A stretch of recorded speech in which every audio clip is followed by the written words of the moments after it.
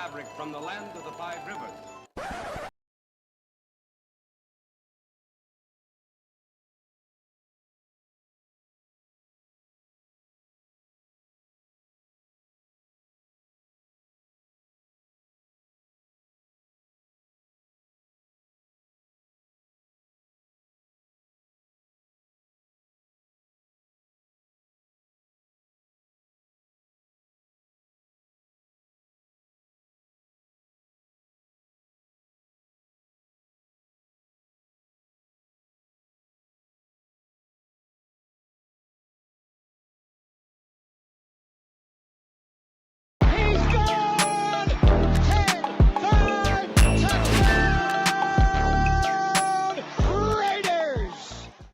Years ago, when we came to Los Angeles, I really believed that the greatness of the Raiders would be in its future.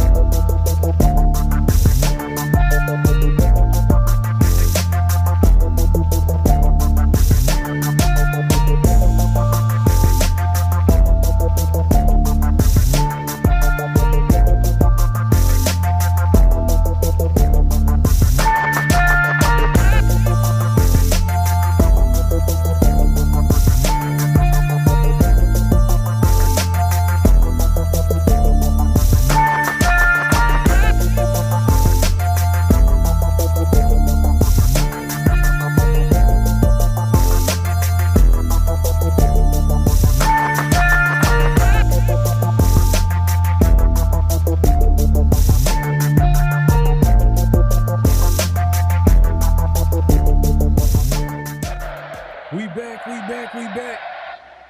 Man, y'all already know what time it is. Oh, you didn't know? 50-50.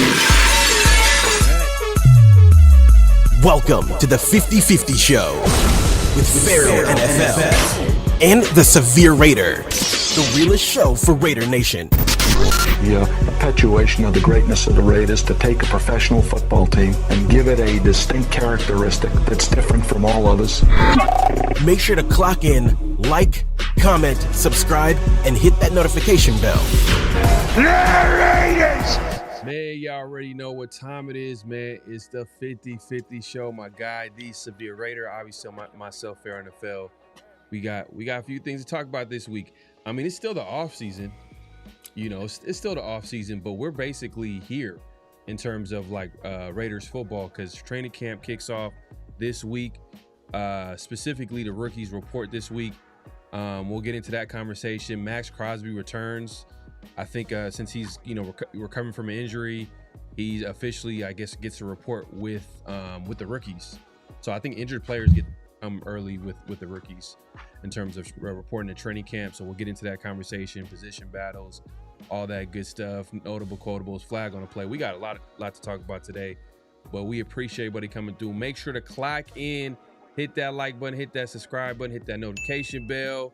Man, we got a few things to talk about today, but before we get started, man, make sure, man, before you do anything, clock in, hit that like button, hit that subscribe, hit that notification bell. Obviously, it's your first time joining us.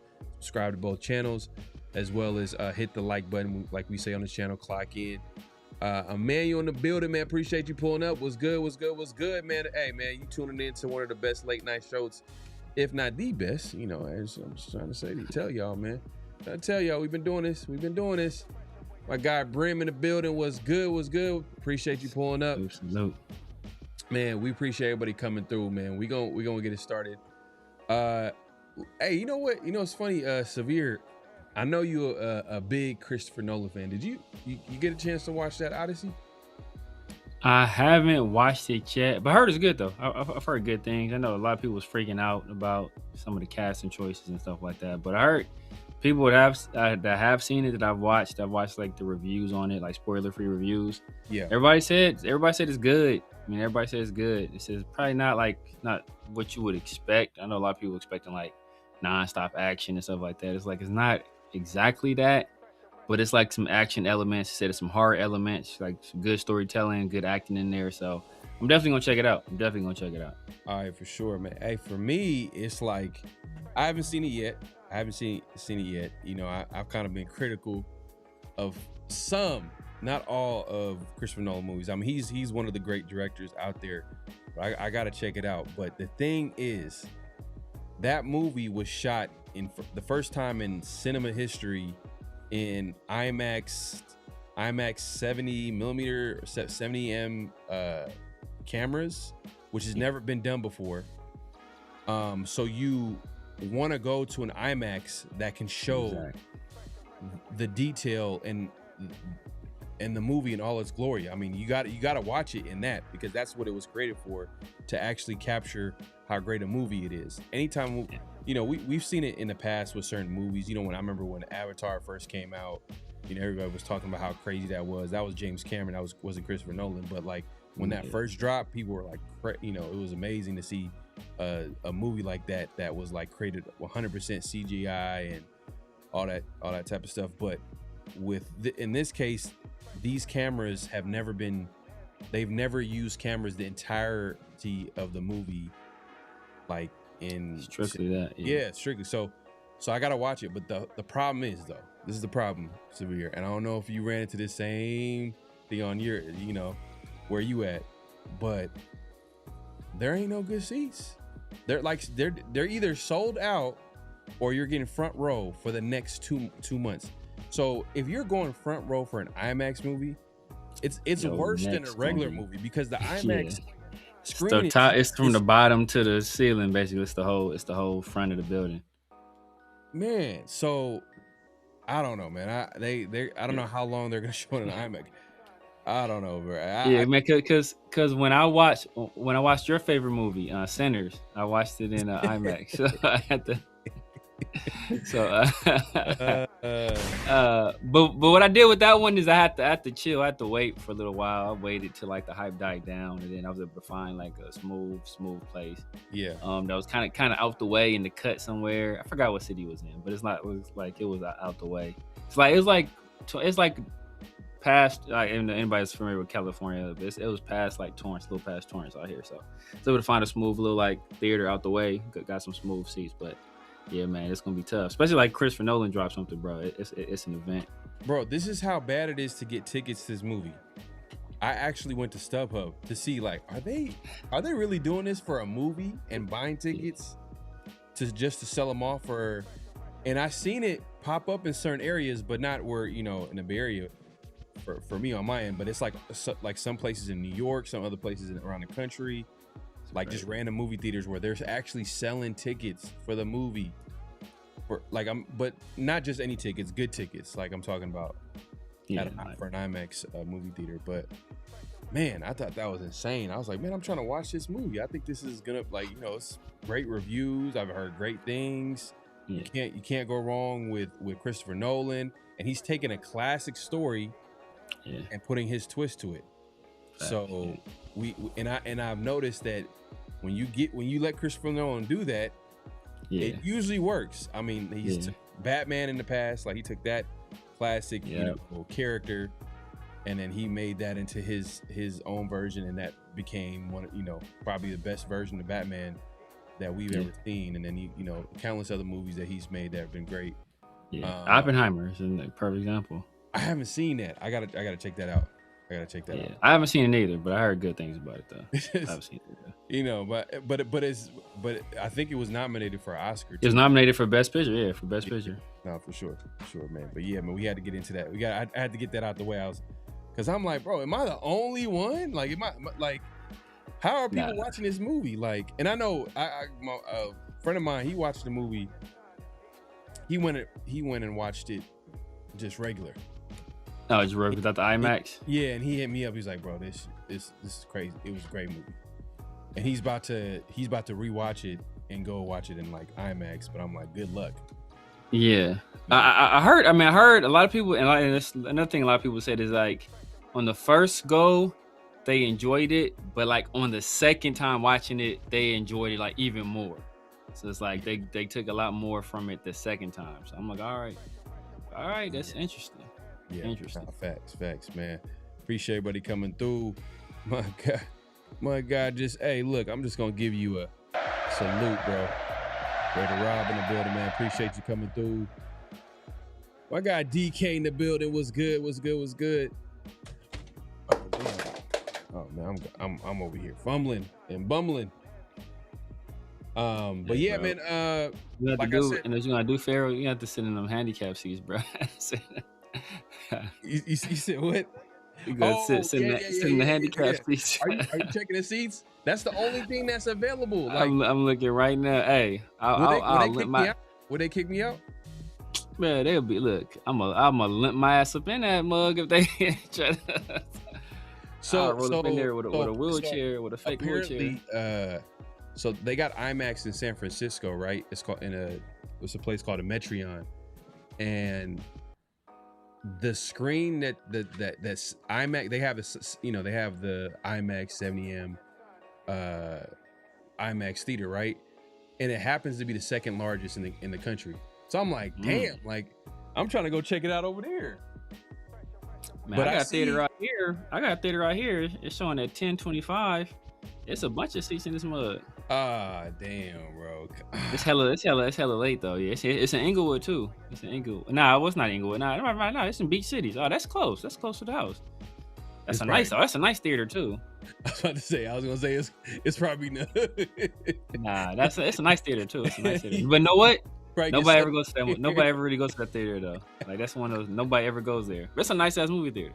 Oh, it's a nice movie theater. Hey, okay. Yeah, it's in Manhattan Beach. And it's IMAX. IMAX 70. Yep.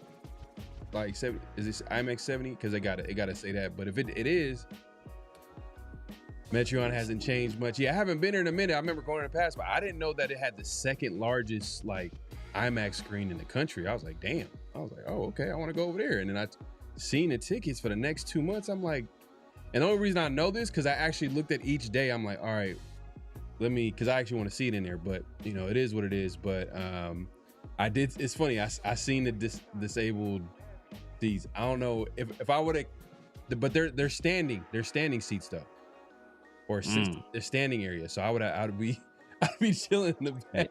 Oh, yeah, you back. Oh, no, damn against the wall somewhere, watching the movie. Huey P said, "Oh man, my guy Huey, man, appreciate you coming through." But it's 70 millimeter, right? Yeah. Not just IMAX, but it's like 70M. So, hey, and the thing is, they're saying like if you see, they've shown the picture and you can see like the detail, like that they've never seen that much detail in a movie, because those cameras capture so much. Yeah, I'm like, damn, like I want to see how that look like. Yeah. See, but what's also crazy is that it's two things. What I heard when it's like the IMAX cameras is that first I heard they're like hella loud. I heard they're like dumbass loud to record with, so that creates issues. And I also heard that like even though the movie is hella long, it's like, but he had to cut it short. He was like restricted on how long the movie could be because of whatever restrictions there are when you film in IMAX. They're like there's certain parameters you have to stay within in terms of timing. So he wanted to actually make the movie longer. So I heard like, if you really pay attention, there can be some pacing issues where it seems like some stuff is rushed or there's not a lot of exposition with certain stuff. But it's like, you know, unless you like really just super paying attention to it, like you really don't notice it. Yeah. So we'll see. I'll you know, I'm gonna go into it, and I'm gonna give my honest review too. But I'm the type of person. It's one of those movies. If it's a really good movie, I'm not gonna give you y'all spoilers. I'm just gonna let you know like if it's a good movie or not, and then just give you like general, you know, things about it. I don't want to give you too much spoilers because it's crazy. You know, you ever know those people that will be like, "Oh man, it's a great movie." So anyway, this is what happened in the end. Exactly right. Like, I can't believe Darth Vader was his dad. like, oh man. Nah, I mean, like, but look, the Odyssey is like 1,800 years old, bro. Not more than that. It's 3,000 years. It's a 3,000-year-old story. Like, bro, if you don't know the Odyssey by now, bro, like, sorry, nah. My bad, bro. But I heard it is a twist. It's a different twist to the story with Nolan. So like, I wouldn't want to give that away. But yeah, man. Yeah, I just want to get out because I was like, bro, I should have asked you before, but I was like, man, I was like looking at that. I'm like, man, am I the only one like this? Yeah, nah, it's crazy. Everybody going through it. I mean, I guess looking for. Look, I found another theater right here. I found one that's IMAX, but that one was sold out. But I found one it's in 70 millimeter format, large premium format, and that one got hella tickets too. So I'm about to mess with that one. Area, where I'm, man, that's crazy. Man. You know, in the more refined, but no, all the ones I see is like super late at night though. It's like hella late at night. It's like 10:30, 11 o'clock. Oh, but that's the thing. I checked each day, each time, and they were all like damn near sold out. And when I say damn near sold out, the only available seats are basically the first front row. And I'm not like, I gotta be honest, like, front row in a regular movie theater is kind of like, like you gotta. Yes, yeah. But an IMAX screen, you're gonna miss. You're gonna be looking at their feet the entire movie. Yeah, it's just a waste of time. But yeah, man. But like I was saying, man, Raiders training camp kicks off this week. Specifically, the rookies report. So that's a big deal. It's gonna be interesting to see if, like, you know, Mendoza, who hasn't signed his contract, as well as Jamard McCoy, who hasn't signed his rookie deal as well. That's going to be interesting. But I think this is just a logistical thing. I think they're going to figure this out as soon as possible. We all know that Mendoza is going to be, you know, the Raiders quarterback for years to come, hopefully. But it's just kind of interesting. Threw that hopefully in there. It's like, I had to throw it in there because I'm a scarred Raider like fan. We all know, hopefully. I'm a scarred Raider fan, so but yeah, I mean, look, it seems like it's gonna work out if the Raiders have the right ingredients and they develop the position right. You know, at the very least, he could be a good quarterback for the team. That being said, he hasn't signed his deal, and according to it was an article. You know, shout out to Joe Corey, former NFL agent. He kind of broke down the whole situation, and what he was saying is, which we kind of know that, like, you know, for a while now, a lot of the rookie contracts, they're pretty much set. It's like there's nothing really to negotiate. But in terms of what they can negotiate, it's how they can receive their signing bonus. And usually a lot of rookies, they'll receive it one lump sum. But for the Raiders, that's not how they do business. They kind of spread it out. And that's what they've been doing with a lot of their rookies. So right now, there's only 2 unsigned first-round picks. It's Mendoza and Ty Simpson. So it could be a situation right now. The Raiders are just playing a waiting game. And if Ty Simpson gets a lump sum, then guess what? Mendoza's probably going to get that because the Raiders kind of lost a little bit of leverage in negotiating that. But if Ty Simpson doesn't get a lump sum signing bonus, then now the Raiders could just hold to their guns and just be like, you know what?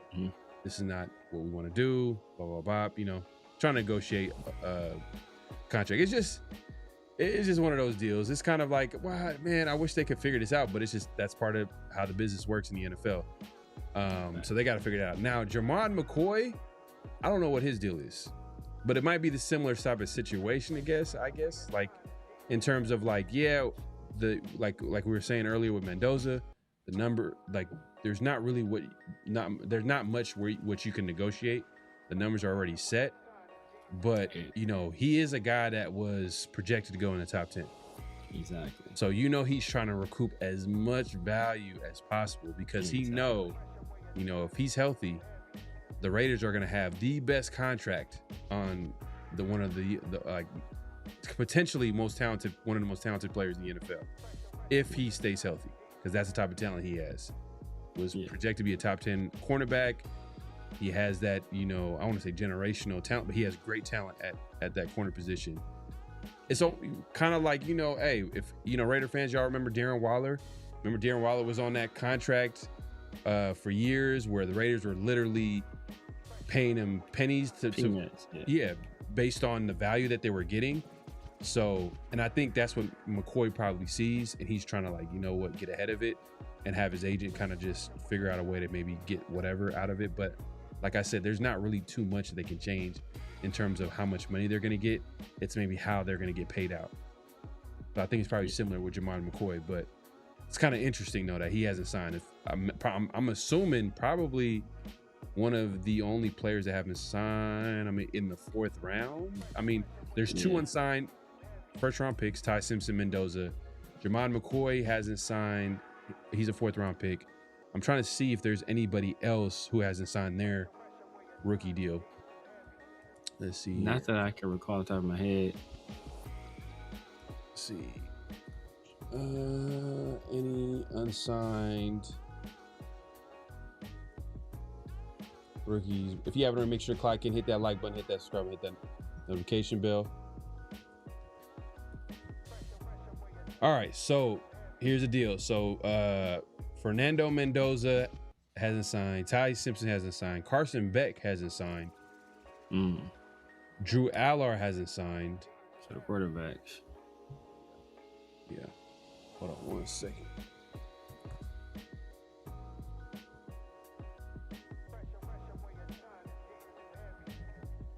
This might be updated though. This might be updated.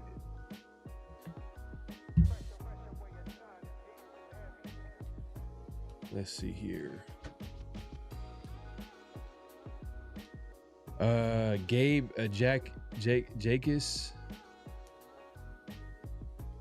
New England Patriots 2nd round pick. They're not even mentioning Jamar McCoy's name. That's how much they care about 4th round picks. Man, exactly.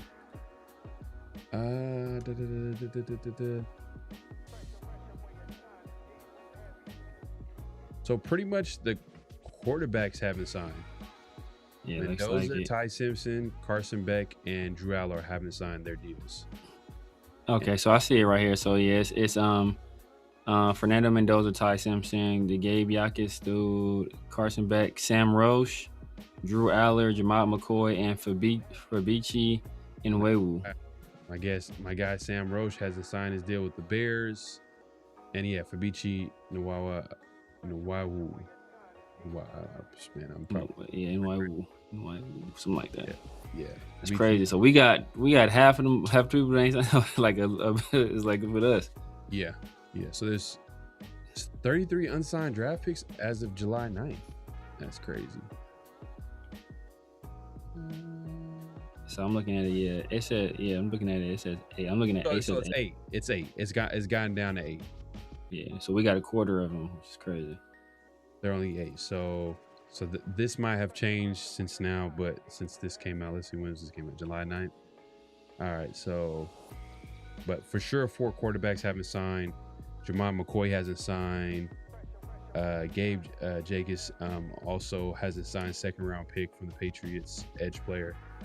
So, yeah, it's kind of interesting because remember, was it last year? Remember there was an issue with the 2nd round picks not signing because they wanted to, for them, it wasn't about like their contracts, that nothing was going to change, but they wanted more guaranteed money.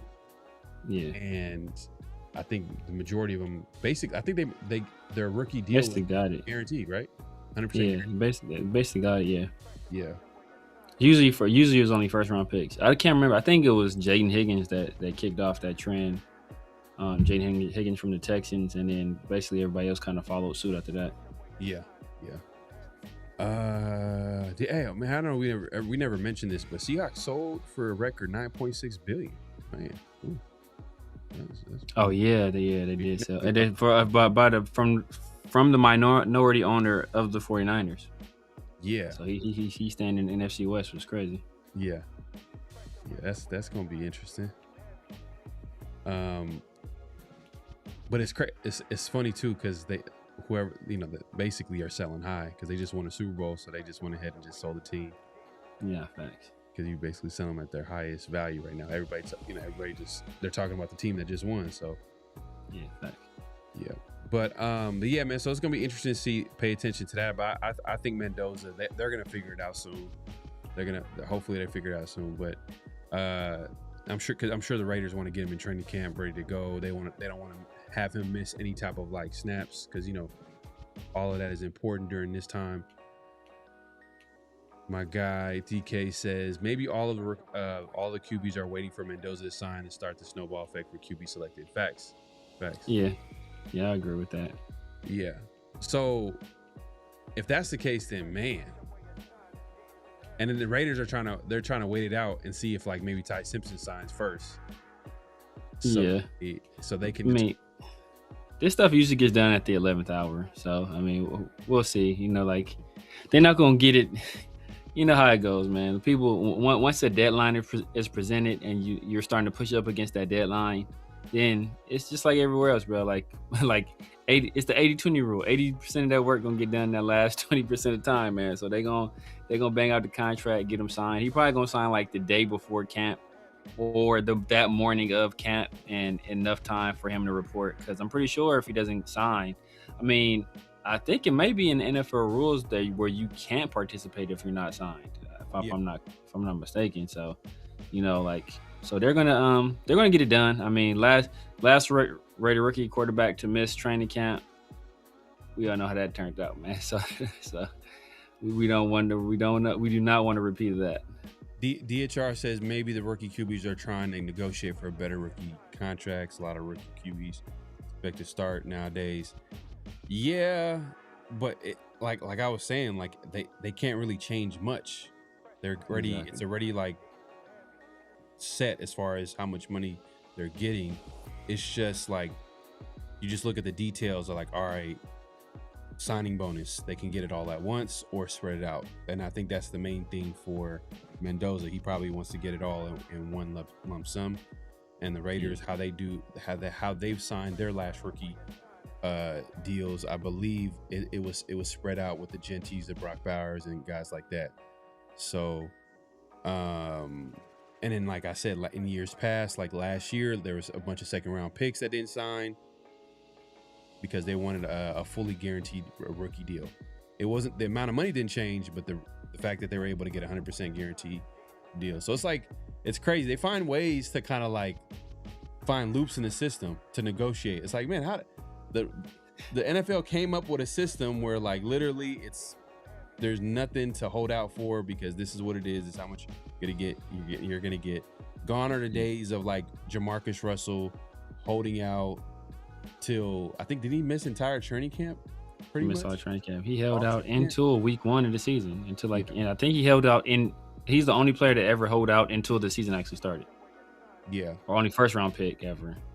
Yeah. Salute, man. Appreciate everybody coming through.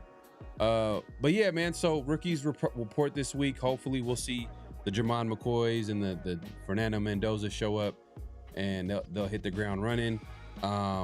But like I was saying earlier, Max Crosby announced that he was going to be returning to the team 100% healthy. He's going to be reporting with the rookies. I think that's what it is. If any players that are rehabbing, coming back from injury, they get to report as early as the rookies report. So, which is this week on the 23rd, which is this Thursday, I believe, right? So yeah, Thursday. Yeah. So yeah, man. So that's big news, because obviously everybody was talking about Max Crosby, his injury, and this, that, and the third. So now he's supposedly 100% healthy. and he's ready to go. Oh, by the way, did you see any like clips of or just anything about Maxx? Because Maxx is kind of low key been doing like I don't know if he's doing a media tour, but he's going on these. I think that's the thing nowadays is like before when players or anybody anybody just in sports or just in movie, actors, when they do media tours, they actually go to like these TV shows and they have these interviews, and I'm sure they kind of still do that, but in today's world now, it's like, no, we're gonna go to the biggest streaming podcast. Yeah, right. So I think Maxx was on one of those streaming podcasts, and I don't know if you ever had a chance to like check out some of the highlights from that like conversation. Nah. Do you know who it was? I'm trying to think of his name. Was it like was it like an NFL type dude or like a? It's some nerdy dude. I don't even know. Is black dude or? No. I think he's. I don't even know. I don't know. He's not black though. Was Aiden Ross? Nah, it wasn't Aiden Ross. It was XQC. If you've seen him, I think you'll recognize him. I think you'll recognize if you see him. But anyways, he was on there. I think that's when he released. I think that's when Maxx kind of like he unreleased Raiders track. He had him listen, but that was his way of kind of like trying to create some buzz. And then guess what? A video came. Was it a video or he just came out with the song, right? So and released it on his social media as a song. Yeah, man. I'm glad. I'm glad Maxx has an outlet, man. I'm glad he has an outlet. Yeah, I don't know. We never even talked about that, and we never even. I know, just knowing our conversations, that would probably. Would you say that would be flag worthy of coming out with a Raider song in the same offseason that you basically decided that you wanted to get traded from the team? You think that's a flag on a play worthy? All of it was flag on the play worthy. All of it, bro. All of it. I'll just leave it at that. I'll leave it at that. Bro, I thought that, and then I think people kind of seen right through it. They're like, bro, like you wanted to lead the team, you know what I mean? And I get what he's trying to do. It's an awkward situation. I think he's trying to make the best of the situation. Like, and for me personally, I never really took it personal that he wanted to leave, that he got traded. I think it's just part of the NFL. Players, they come and go, they go to different teams. It's a business. Like, they're signing these contracts, they got to look out for their family, they got to make the best decision for them and their family and all that type of stuff. Who am I to like criticize them? Like, oh man, Maxx want to leave. Like, if he wants to leave, that's on him. And honestly, he's been with the team for how long? Like 7, 8, almost 10 years of his career. And what does he have to show for it? And if you watch football and you understand that it's the ultimate team game. It's the ultimate team game. And the Raiders haven't put together a team. The fact that I can tell you this and you have to think about it and be like, you might be right. This might be the most talented Raiders defense around Maxx Crosby that I've ever seen. You could you have to think about it, right? You'd be like, oh yeah, you might be right. That's crazy. And even me saying that, it might not be even saying a whole lot because there's still some questions. Things got to play out, like the young secondary, some guys in linebacker depth at linebacker, defensive tackle depth, like who's gonna step up. There's a lot of moving parts. Rob Leonard at DC, we don't know how that's going to look like. It might be a huge miss. It might be a big time move for him to go from D-line to DC. So there's still some things that need to work itself out but from a talent perspective, it feels like we got some pieces, young guys that like, oh, okay, we can develop some of these guys. Like, these guys can get better. There's some there's higher ceiling that we've never seen in years past. Before, it used to be like patchwork, role playing, journeyman defensive players, maybe a young guy here and there, but it was never like, oh man, like this is going to be a top defense. Now potentially the Raiders could trend in that direction, especially if they can get to a top 20 this year. I think that would be huge. Top 20. Yeah. and then you have another off season, and you shore up certain positions, you add some depth, boom. Now you're talking. Now you're going to be going in the right direction as far as building a good defense. But my point is that like I never really took it personal. So, but a lot of Raider fans, you know, a lot of fans in sports, just say fans in sports, not just Raider fans. Fans in sport, I think they take it personal when players leave or they want to go somewhere else, whatever the case may be. But I mean, do you feel the same way? I never really took it personal. I'm like, I'm not mad. Like I wasn't mad that Maxx. Like I was like, the only time where I was just like, I was irritated was the Davante Adams situation. I was like, bro, like why would you go about it that way? It was just so, like, it was just like you just lie, like you're clearly lying. But not to bring that back up, but that was the only time for me. And me personally, no, I don't. Yeah, only time I take it personally, I don't really take any of it personally. But only time I'll take issue with it is if, like you said, if it was a situation where they're lying. Like I don't fault any player for wanting to leave, you know, especially if they see the team isn't trending in the right direction. They've been here for a little while. They don't see a opportunity for them to win in the Raiders uniform. Either that or, you know, a situation where they're not going to get paid and they're trying to get paid. And if they attempted to get paid by the Raiders and the Raiders said no, for then them trying to get paid elsewhere. Like in either one of those scenarios, I don't fault the player at all. But you know, a lot of fans don't feel that same way, especially Raider fans. Raider fans have like a different kind of, I don't want to say emotional attachment, but a different type of emotional investment into the team. And I think they do take that kind of stuff personally, you know, and if somebody says they want to leave the Raiders, a lot of Raider fans will take that and feel some kind of way about it. So, you know, me, I personally don't, because I understand if somebody, hey, sometimes you have to understand facts. That is a fact. But I understand that, you know, sometimes people, if the situation isn't bearing fruit, then they have to leave. But as I said before, like all fans don't have that same mentality. So it just all depends on how you go about it. And if you go about it the Davante Adams way, then, you know, I'm probably dislike you. But if you go about it the Jacoby Myers way, okay, I understand that a little bit more. You know, and I'll give you a little bit more grace than I normally would. But man, I don't take any of it like, too personally. But you know, Maxx is here now. He's a Raider. Still missed that first round pick we could have had, and it would have been another one next year too, man. So that's what's going. So we got to deal with it this past draft, and we got to deal with it the next draft too, man. Just imagining what that draft pick would have been. Yeah. Nah, like I said, I agree to a certain extent, and just give you a heads up because it was Neon the streamer. That's what people are saying in the chat. Neon, okay, Neon. I've never seen that dude. Probably seen him around. But yeah, I agree, Ricky, man. He better off dropping Eric DeCosta. See, that would have been dope.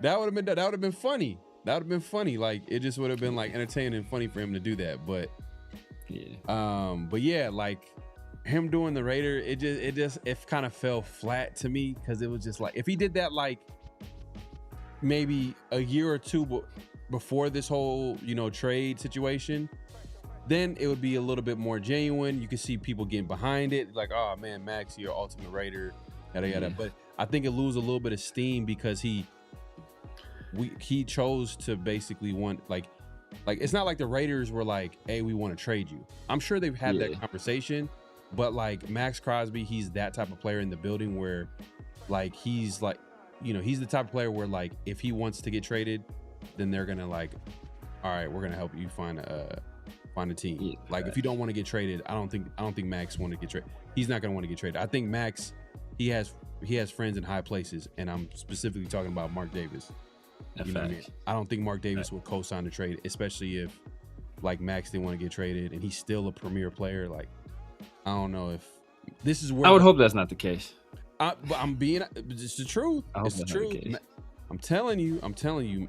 And one of the storylines was like Maxx sat down with Mark after the season and basically told him like, hey, like it's that time to go our separate direction. And that's what led to like ultimately him getting traded to the Ravens. And then 2 seconds later, or 2 days later, Ravens like, about that.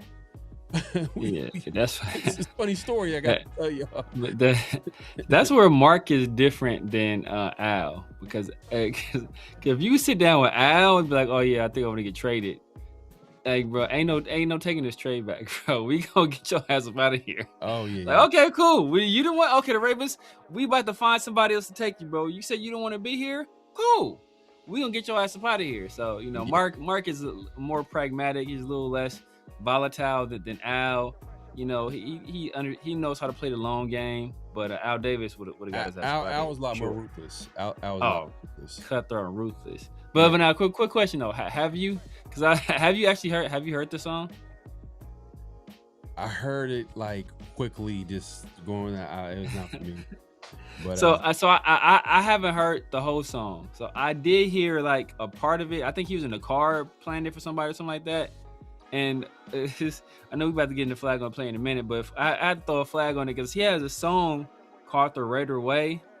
But the verse I heard the entire time, he was making basketball references. It was like, I'm like Kobe and shooting with the, like, bro, this song is called The Raider. Like, you couldn't name a single football player in this entire verse, dog. You had 16 bars to do this, and it's nothing but basketball the entire time. Yeah, he didn't say Howie Long, you know what I mean? Bro, I said, I didn't hear the whole song though. So maybe somewhere else in the verse, shout out to Al, shout out to Mark Davis, whatever. But the verse I heard, it was nothing but basketball references.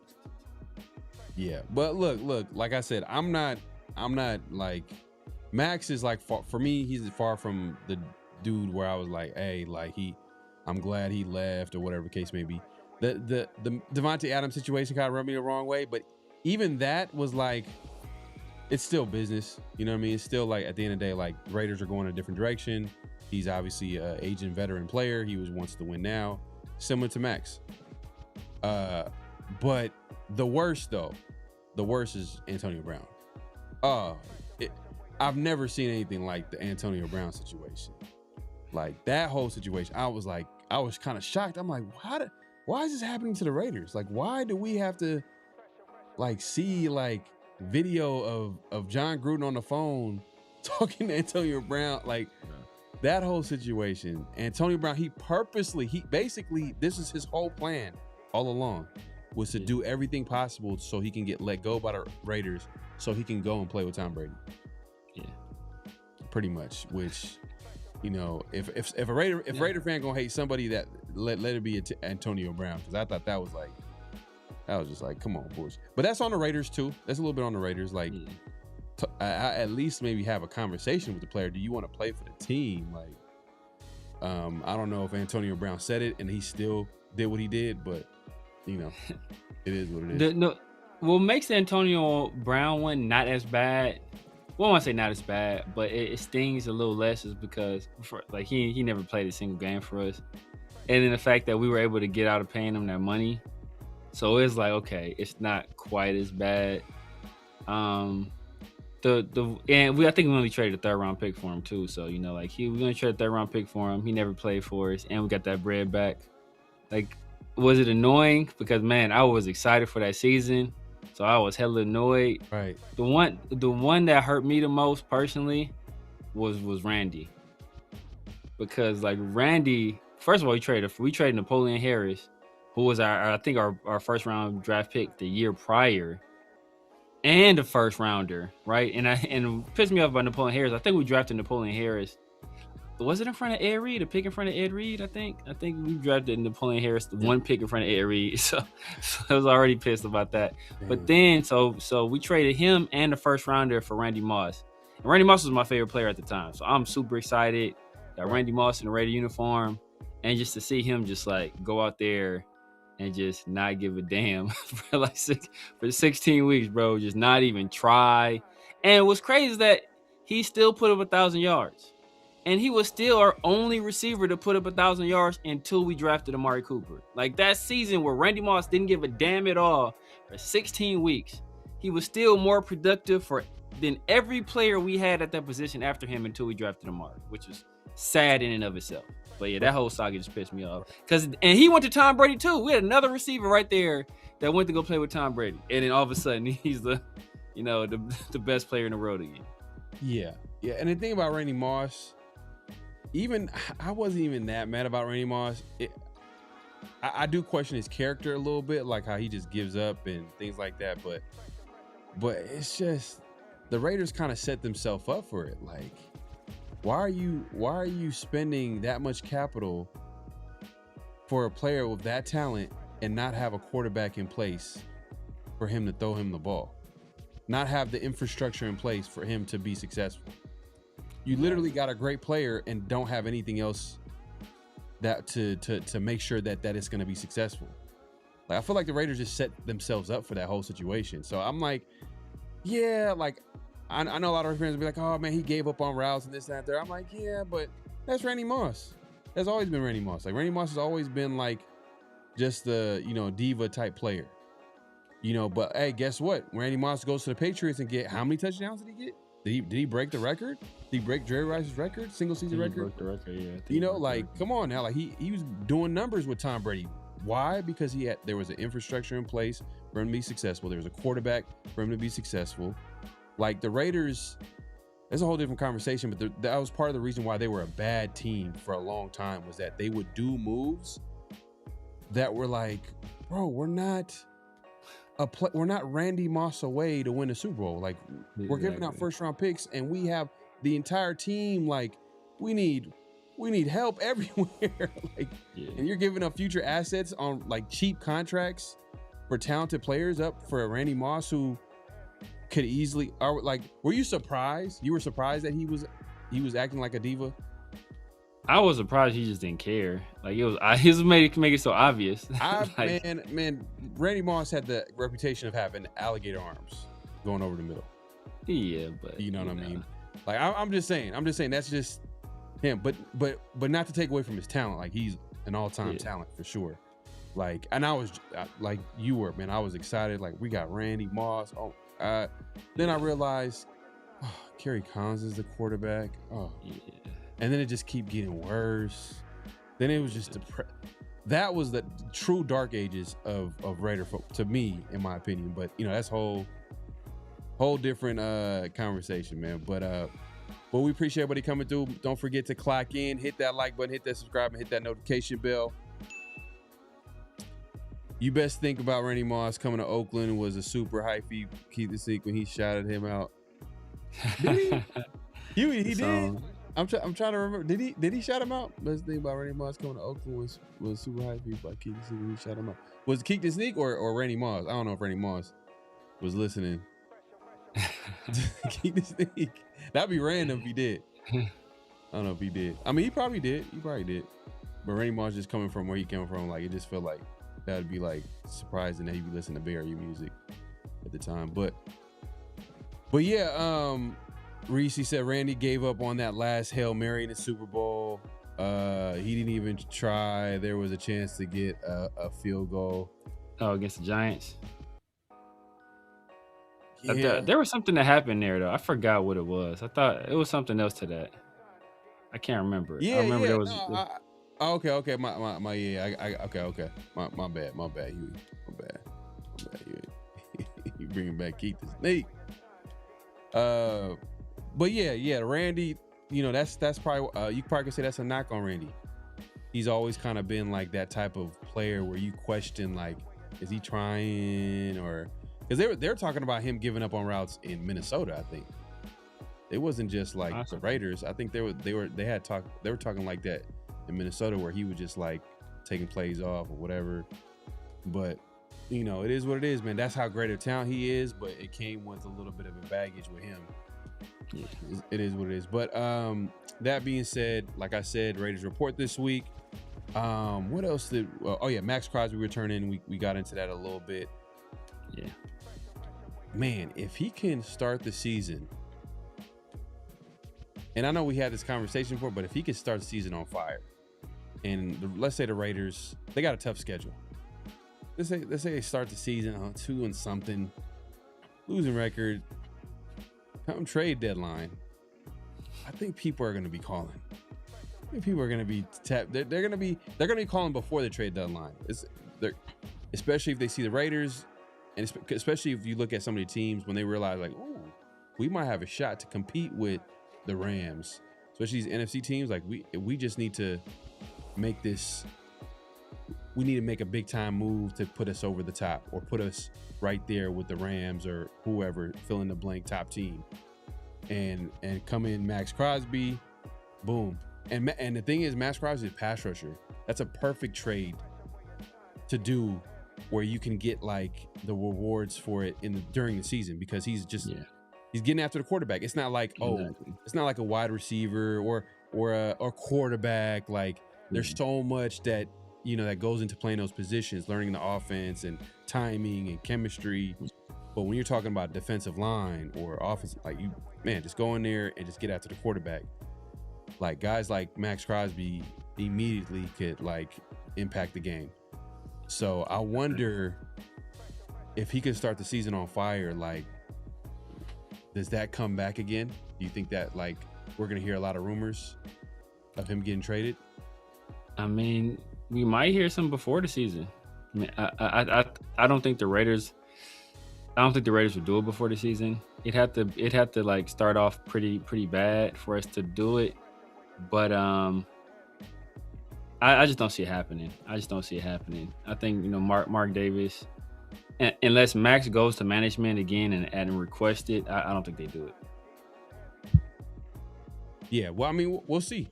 We'll see. I think that's going to be a conversation that's not going to go away. I think they're going to talk about that.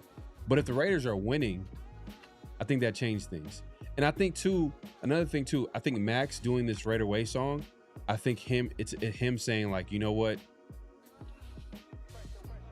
I'm here to stay. Yeah. I'm here to stay. Why would you do a Raider Way song if you knew that you're 1 foot out the door still? That'd be, you know how goofy that would be? That'd be super goofy, bro. No, this ain't the exact same situation, but it's like you about to break up with a girl, she get pregnant, like can't leave me now. Like you thought you was going somewhere. I just dropped this song. Yeah, facts. I'm just saying, bro. I'm just saying, like you drop that song, it's almost like kind of like, hey, look, I'm here to stay. I'm here to stay for however long, like, his contract or whatever the case may be is. So I think that's him just kind of like, all right, you know what? I think he's kind of buying into what the Raiders are building a little bit. Once again, he's buying in, and just to speak for his side of things, it's like, man, how many coaches, how many different regimes, how many different players that he's come and gone, like, and he's still been here. So he's kind of like had to deal with that. But I'm sure he's like, all right, you know what? Hey, Tom Brady in the building. You got Spytek making moves. You see this aggressive offseason, most talent that he's played for on defense. You got a young quarterback in Mendoza. You got some talented players on offense. There's some holes here and there, but like you get maybe another offseason. Hey, bro, this could be a real playoff contender, or not even playoff, a team that can vie for a playoff spot by next season.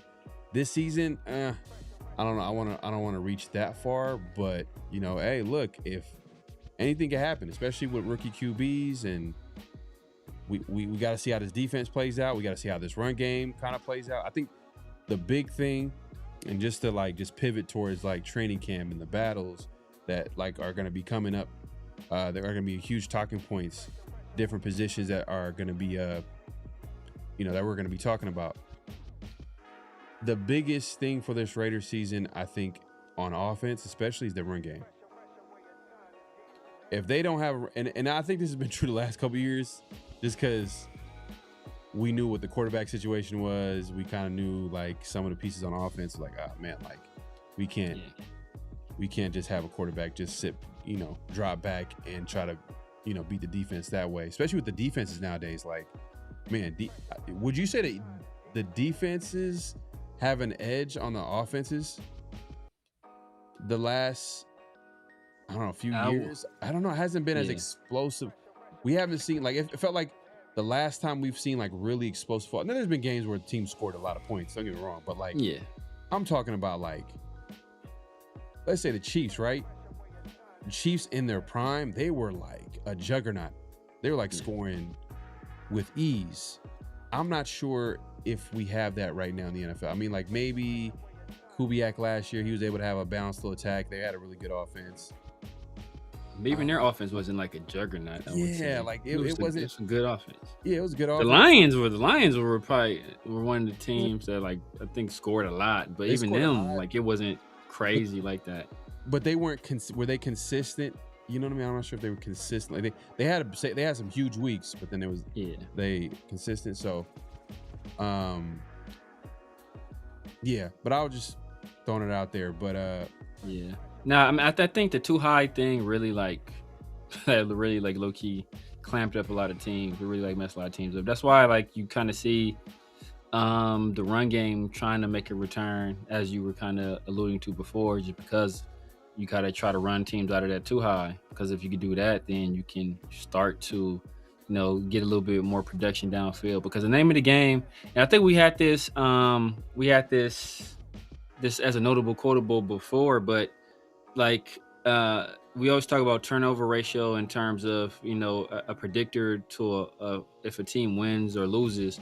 But explosive plays on offense is also is just as good of a predictor of whether a team will win or lose. So, and when you have these other teams that are defenses sitting in is too high, you're basically eliminating explosive plays, especially out of the passing offense. Now, maybe you can generate some in the run game. It's a lot more difficult, but you're sitting there too high. Like that basically takes that away. So you kind of got to get teams out of that. So, that's why the running game, you see the run game kind of making a return, trying to get teams out of that too high, or at least get the safeties peeking into the backfield where you can sneak somebody behind them off of play action. So, I mean, I think defenses for the most part, the too high thing has changed things. Obviously, defense is starting to become a little bit more positionless, which is why you also kind of see maybe the run game starting to make a little bit of return, because now you don't have quite as many linebackers on the field. Now you got some more DBs on the field, hybrid nickels, kind of like a Jalen Petrie or Nick Emenwari or Kyle Hamilton or Derwin James, or what we're trying to do with Traydon Stoops, what we tried to do last year with Jeremy Chin, where it's not really a safety, it's not really a nickel, kind of like Teron Johnson as well, kind of like a linebacker / nickel / safety. They kind of playing all those roles in one. Well, if you start to get some production in the run game, well then you can start to make some headway in offense. So I think those have been the biggest things that have kind of and then the disguises that the defenses are doing is crazy now as well, right, too. So just making things a lot more difficult on offense.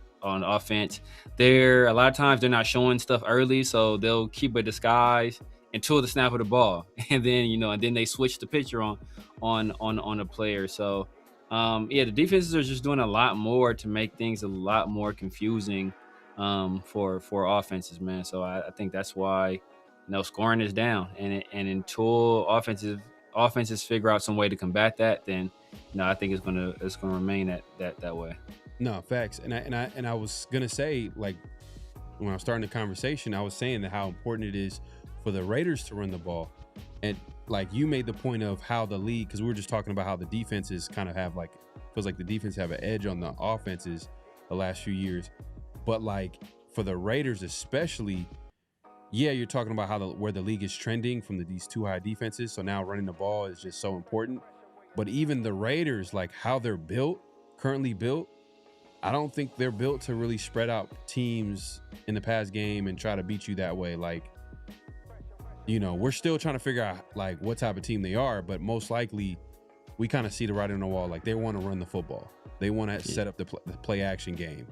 They want to get Brock Bowers going, you know what I mean? And get everybody else going and make it easier for them to get open. Cause we don't have a true like number one receiver that will get open at will. So you're going to have to find creative ways to get guys going and put guys in the position to be successful. And that's why you bring a guy like Clint Kubiak to figure that all out. But I think it all starts with having that run game. So hopefully they figure that out. But you mentioned, when you're talking about the defenses, right? You were talking about how important that nickel position is and how it's like, positionless football, and especially that nickel is like, you see these safeties coming out of college, and then now they're becoming a nickel corner, or you see these nickel corners come out and they become a safety hybrid linebacker or whatever. That is going to be interesting to see because we're talking about training camp. Rookies are reporting this week. Traydon Stukes was the 2nd round pick. And you just said like that's probably going to be his role. We've kind of heard certain coaches, players kind of say that that's probably going to be his role. It's going to be like I was all for him playing at free safety. But then you start thinking like, nickel corner in that role, he's really not that big. Like he's tall enough, but he's not, I think he's less than 200 pounds. Probably, yeah.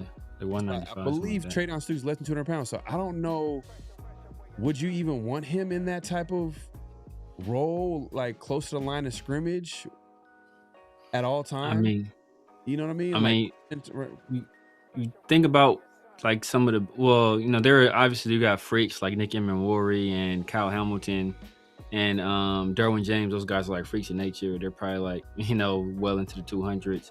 But then you got guys like Brian Branch, right? I don't think he's that big of a guy. Jalen Petrie, he's underrated, but he might be the best guy doing it in that particular role, right? And he's a guy that's not that big for a nickel or for like a pseudo safety either. So I mean, it can be done. Teron Johnson isn't that big of a dude, and he was doing it super effectively. He was playing like some dime linebacker with the Bills, and nickelbacker with the Bills as well, like in like a kind of like a hang linebacker type role. So like it doesn't necessarily like your size isn't the end all be all when it comes to how effective you can be playing that role. I mean, as long as you can tackle, how to set the edge, how to get off blocks, like you can still be pretty good at it. Like I said, Jalen Petrie is a guy that, he's one of my favorite players to watch on defense in the league. That guy just plays with his hair on fire, plays fast, plays physical. He's great recognition, super high IQ. Like he's a factor in the pass game and in the run game. So, and that's when I look at Traydon Stukes, that's the kind of guy who I want him to kind of be. I want him to be like a Jalen Petrie type of player. Yeah, not Jalen Petrie, and I know someone said Kyle Hamilton, but I don't even think that's his game either. He's not as big. He's not as big as Kyle Hamilton. He's not. So Kyle Hamilton so he's 190 pounds. This is what he was weighed in at the NFL Draft Combine. Can he add some weight within the next, like he could definitely add some weight and fill out maybe that 200, 210 maybe. Yeah, he will. Or 215, but like he's still. I don't think you'll get that big. 25 pounds, that's a lot. That's a lot. Well, I can see like 195, 200. Oh, like 205? Like 205? I don't even see 205. It's like 195, 200. Because you don't want to get so big that it starts to affect your game, or because like in the NFL, like 5 pounds, like it might not seem like a lot in terms of like the extra weight you're carrying, but it can feel like a lot. That's why guys fluctuate. I remember Devon Diablo. I remember he talked about like the year he was trying to get faster. I think he said, "Oh yeah, I lost like 5 pounds." It was like, yeah, it's made me feel faster on the field. Like that weighs on a person, especially when you got to carry that weight for 17 weeks. So and it could affect you, in more ways than just your physicality. Think about just your cardio in that situation, like the extra 5 pounds you're carrying over the course of a game, like that can be taxing on you. So I wouldn't want him to get that crazy big either, because it could also affect your flexibility, like your ability to turn and run, like all that stuff. So he's a guy that likes to get ball production. So I wouldn't expect him to get too crazy big. Like I said, like 195, 200, like max. Yeah, I see that, and I agree.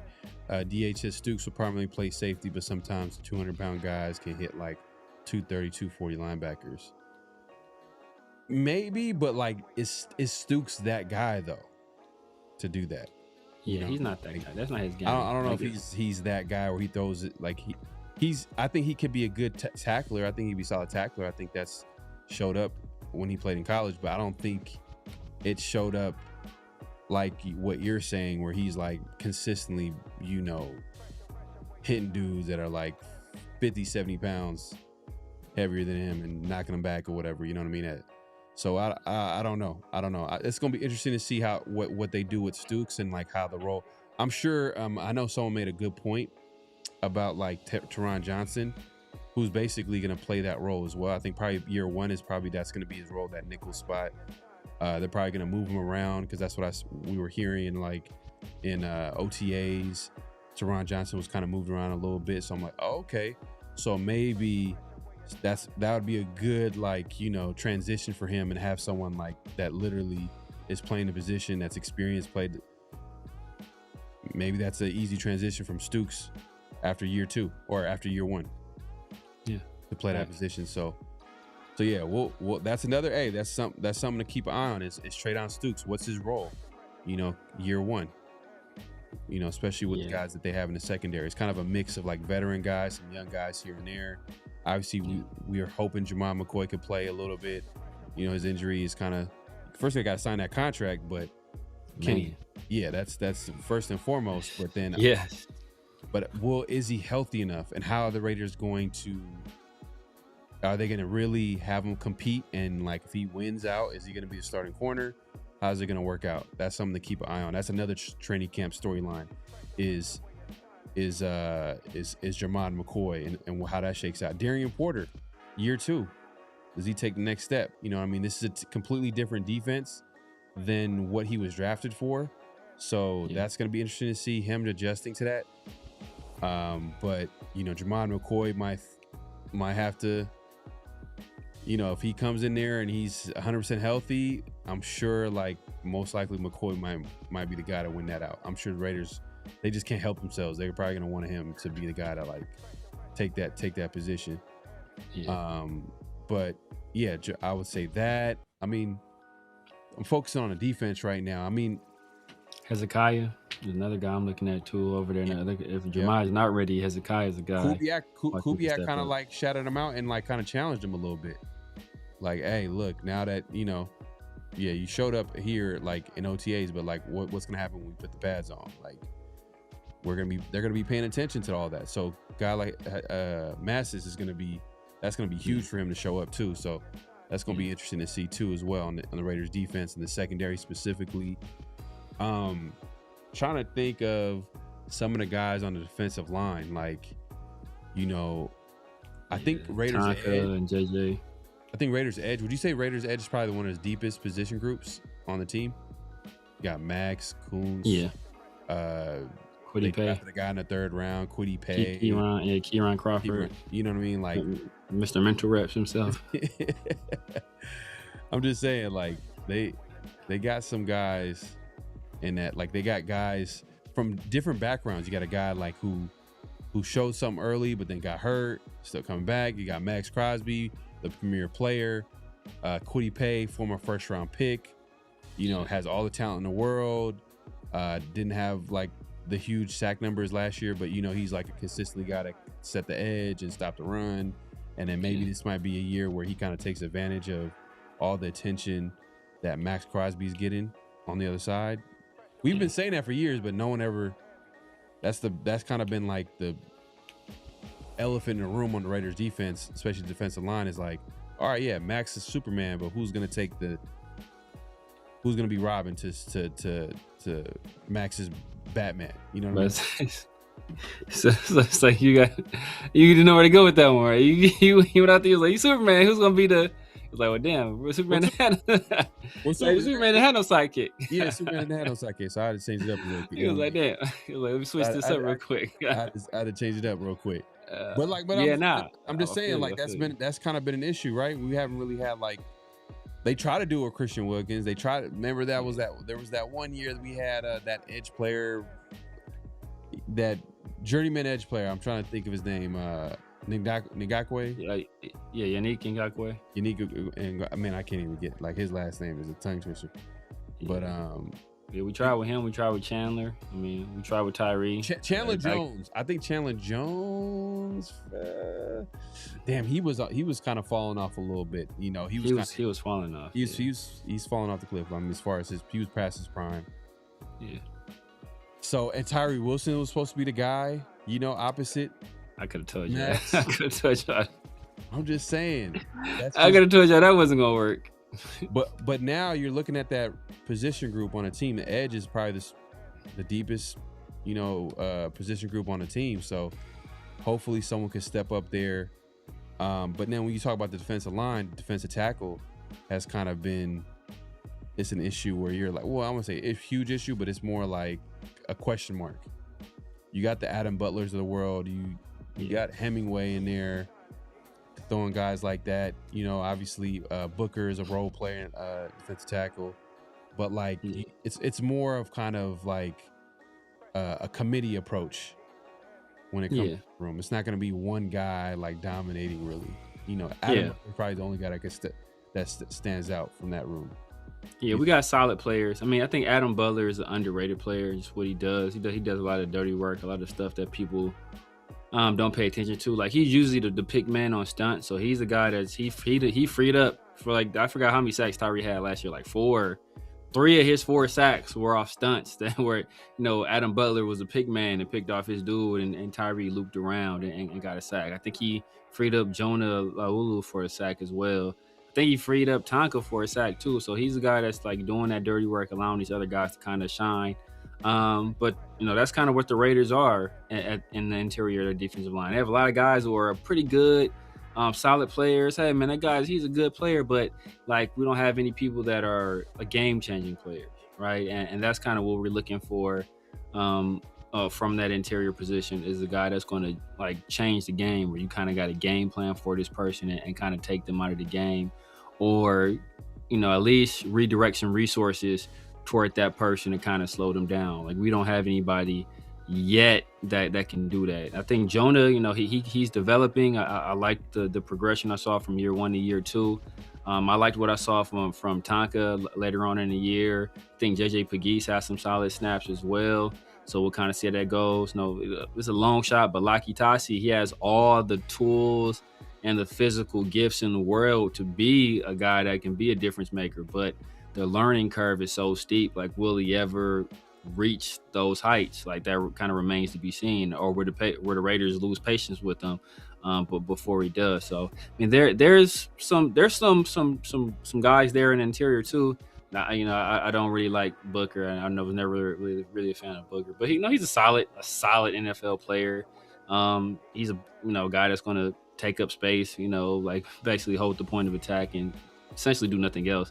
But, you know, hey, that's if in a run game or in goal line situations, like, you need a guy that's kind of like that. So we got a lot of, you know, C+ C level players in the interior. We're hoping some of those guys kind of take the next step and, you know, turn into B's and B+ and maybe, you know, A- or an A as well.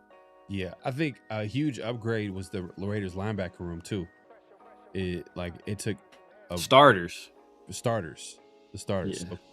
So they got to stay healthy, and that's kind of been an issue with like a guy like Nakobe Dean, who apparently, I think, you know, the Raiders don't have to really say who's hurt and how they were hurt and all that right now, because they like to keep a lot of teams like to keep things close to vest until they have to like put people on the PUP list, and then we kind of read it. All right, why is he on the PUP list? Oh, because of knee or because of whatever. So that's going to be interesting to see is how healthy Nakobe Dean is. That's a storyline that we should be paying attention to. Is Nakobe Dean 100% healthy? And also, is he going to be healthy throughout the season? Because the Raiders' depth at linebacker, you know, Cody Lindenberg up until this point hasn't really shown too much. Your favorite player on the team, you know, out of the Ohio State, you know what I mean? One of the Bergs on the team. Still mad about that draft pick. You know, he hasn't shown anything other than special teams. So that's the thing. He ain't shown nothing there, man. To be honest with you. Would you be against having Devin White come back? I wouldn't be against it. As a depth piece? I wouldn't be against it. And know why I wouldn't be against it? Because I think Devin White can play the edge in the 3-4 as well. Like, I think he could be a guy that's like the outside linebacker in 3-4 defense. I think he has enough, you know, enough physical strength. He's pretty good as a blitzer as well. I think Ty Bowles runs a 3-4. If I recall correctly, I believe he runs a 3-4. So like, he should be fairly familiar with it. So yeah, I wouldn't be mad about that. for depth purposes. I don't think we do it, but I wouldn't be mad at that because the guys we have right now, like I said, Eichenberg, he ain't it. Lindenberg, he's better than Eichenberg, but that's not saying much. And we got to do from the coach. I think what's his name, Alubi. I forget. Maybe he can be a depth piece, but I think he's primarily a special teams player. One guy I do like that was a UDFA is the dude we picked up from Arkansas, Xavier Sori. But you can't really expect an undrafted rookie, undersized linebacker to make an impact year one in the NFL. So he's a guy that, as a developmental piece, I like. Maybe he can make some headway in the future. But right now, I think he's like 6 foot, 228 pounds. Like, he's not that big for a linebacker. So, I don't know if he's ready to contribute at this level quite yet. So yeah, depth is seriously lacking at that second level. So we're about an injury away from being in a desperate spot, and we know that Nakobe Dean has been injured in the past. He's probably injured now, so we're already kind of having to test that depth before the season even starts. So I don't know if they've seen enough out of the Berg brothers, or enough out of the kid from the coach, or enough out of these UDFAs. I think Cian Sloan is another guy they kind of like. I think he's another UDFA. So I don't know if they're seeing enough out of these guys to say, we'll stand pat. But if not, when that cut day come around, I would not be surprised if the Raiders hit that waiver wire or hit those free agent streets extremely hard to try to get some depth at the second level. Yeah. DH says, I would rather get Matt Milano than Devin White. Ain't Matt Milano like 37 years old? He's 31. And I was going to be like, is he on the Bills? But Bills didn't re-sign him this offseason. Probably due to like some of the injuries he's had over the years. But I mean, when healthy though, like he's a good playmaker at linebacker. So, I mean, I wouldn't be mad at it if he has something left in the tank. I don't know if he has any connection to the Raiders, and I don't know if the Raiders are desperate enough to sign a guy like Matt. They might go with the youth movement as far as like giving the guys that are young on the team an opportunity, unless like maybe another younger option is available. Maybe they might opt to sign him, but I don't think it's like a huge. Having depth is important, but like I don't know if the Raiders are going to be prioritizing signing a vet like Matt Milano unless like Nakobe Dean is out for extended period of time. Then you're like, all right, let's get someone that like is experienced out there to pair him up with a Quay Walker and see what happens. Yeah. I wouldn't be mad at Matt Milano, but I don't know what was he doing last year, because I'm going off like the Matt Milano that was making plays, all pro bowler. Bills obviously opted not to sign him, so I'm exactly couldn't have been doing too much if the Bills was like, we good on you, right? So 12 games started at linebacker, so he didn't play the full season. He had about 67 tackles, 7 TFLs, 3.5 sacks, 1 forced fumble. This is last season, by the way.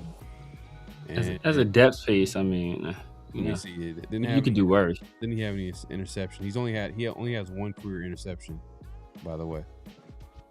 Was that against the Raiders? I won't be surprised. I felt like did he get an interception? I felt like he got an interception. Did he get an interception against the Raiders? I won't be surprised. I would not be surprised. Let me see, bro. 1 career interception. He was against us. That'd be wild. He had an interception. And know what? The player I always forget. The dude we picked up from. I'm gonna say we picked up from the Rams, the linebacker.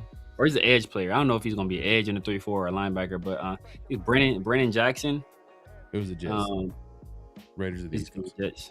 Okay, yeah. Brennan Jackson, the dude we picked up from the Rams. I think it was the Rams last year. So he's another linebacker technically. So he's another guy that's gonna be in that room. I don't remember too much about him. I thought he was more kind of like an edge player than a true linebacker, but like I said, I don't know how they'll deploy him. But he's another guy that's in that room that could potentially earn a roster spot. I think he spent all of last year on IR, if I'm not mistaken. So we'll see how he recovers from that. But It's a lot of young guys in that linebacker room. Not a lot of established people. Not a lot of people I trust starting NFL games anytime soon. To be honest with you, outside of the guys we have that are basically our entrenched starters. I do think the Raiders do make a move if Nakobe Dean is out for a little bit, for a while, and they don't know when he's going to be coming back. And if that's the case, then they might bring a veteran in the room and then just go from there. But if Nakobe Dean is healthy, obviously Quay Walker's healthy, then I think the Raiders are not going to they're not going to force a move. They'll just wait. Because at this point, like, there's not really anybody available outside of, like, maybe you wait until, like, cut day. Then maybe you might get one of the guys that was surprise cut. You might be able to get a player like that. But yeah, that pretty much sums up, like, the Raiders defense. I'm trying to think of, like, all right, we talked about the edge room, D tackle, linebacker, safety room, starting safeties with Jeremy Chen Stokes are going to be starting safeties. Most likely, yeah. Starting corners is going to be Stokes. I'm going to say Darian Porter, but man, Massis is giving it a run for his money. It sounds like. I'm gonna say Massis. If McCoy can't go, I'm saying Massis. If McCoy's healthy, McCoy. Oh wow! So Porter will not start. Nope. Will not be the starter. Not be the starter. Opening day, like game one. No, Raiders. Okay, hey, look, you heard it here, man. Severe's calling his shot right here. He says Darian Porter will not be the starting outside corner opposite Stokes come game one Raider season. So we'll see. So yeah, I mean, moving on to the Raiders offense, kind of more of the same. You know what I mean? There's some battles here and there. Obviously, offensive line is like the big thing that every Raider fan is like, can we just improve? Can we get better? Can we just finally solidify the offensive line? Because the last few seasons, it's just been the same problem over and over again, like same issue. So hopefully a guy like Linderbaum comes into play. You got Cole Miller coming back healthy. Hopefully JPJ, can he stay healthy? That's probably a big storyline is JPJ. Because you got guys like Vinny kind of calling him out a little bit. You know, Vinny, you know, he's probably saying things that already are being said in the Raiders building. No more excuses. You know, come in shape. Can't point the finger at anybody else. This is your time. Like, because Caleb Rogers might be coming for his job. It's a possibility. They're talking about it. It's already in the, like, people are already saying it. It's already out there. So it must be a thing. So and then Caleb Rogers, I feel like every time his name comes up, either coach or player, they're super impressed from his work ethic, type of person he is. So they're going to give him every opportunity, especially a guy like, you know, Spytek. He drafted him in the 3rd round. So he's going to want to see him kind of get an opportunity to compete. So we'll see. I think that's a big thing. Raiders offensive line. I personally want something to happen at right tackle. Like, let's see if we can see Charles Grant in there in the mix. Give him like a fair shot, as well as, you know, obviously Glaze is the guy. Glaze is the guy. I'm not mad. As at the end of the day, we want to get the best 5 out there, but I do want to see Charles Grant out there. You know, we seen him in limited action last year. Look good. What does it look like for a full season? And if it doesn't look good, then we Raiders know that they need to go and draft a offensive tackle in round 1, because most of the most of the starting tackles, most likely good tackles, they're drafted in the 1st round. Generally, yeah. Just the numbers. Now, are there going to be exceptions? Are they going to be the like left tackles? Like, wasn't it the guy from the Eagles? Wasn't he like Jordan Mailata? He was a pathway player. He was a pathway player. See, that's an exception to the rule. But most likely guys in the 1st round are going to be starting tackles. You know, Cole Miller, he's been Mr. Consistent on the offensive line for the Raiders for years. He was a 1st round pick. Glaze, the 3rd round pick. And Glaze, there's been a little bit inconsistency. Now, we'll see. Maybe better coaching. Maybe he kind of like rises to the top with competition, and he's able to solidify that right tackle spot. Cool. I have no problem with that. But left guard, it's kind of surprising that we're not hearing any competition. It's like the entire offseason, we've only seen one starter, and that's the guard from San Francisco. I'm forgetting his name. Spencer Burford.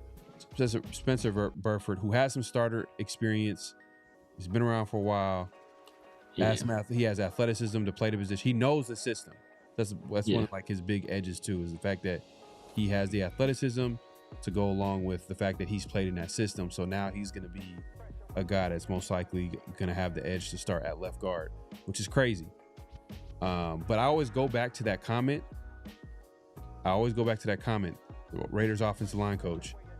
One of the big thing is that they want to figure this out as soon as possible, because we want them to play with you want the Raiders offensive line to play together as soon as possible. Whoever the starting five is, try to get him out there and give him as much snaps as possible playing together, especially because like he knows that's a big deal.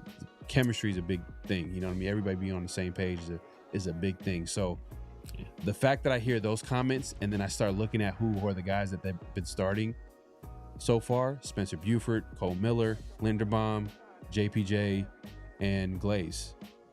Yeah. So far this offseason, that's what it's been. And I think most likely that's what it's going to be like. Outside of maybe JPJ could possibly, there's a possibility.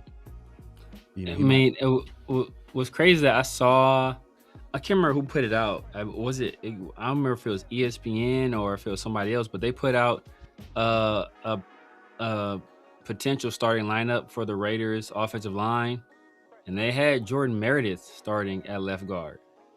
They had JPJ starting at right guard, and they had Linderbaum at center.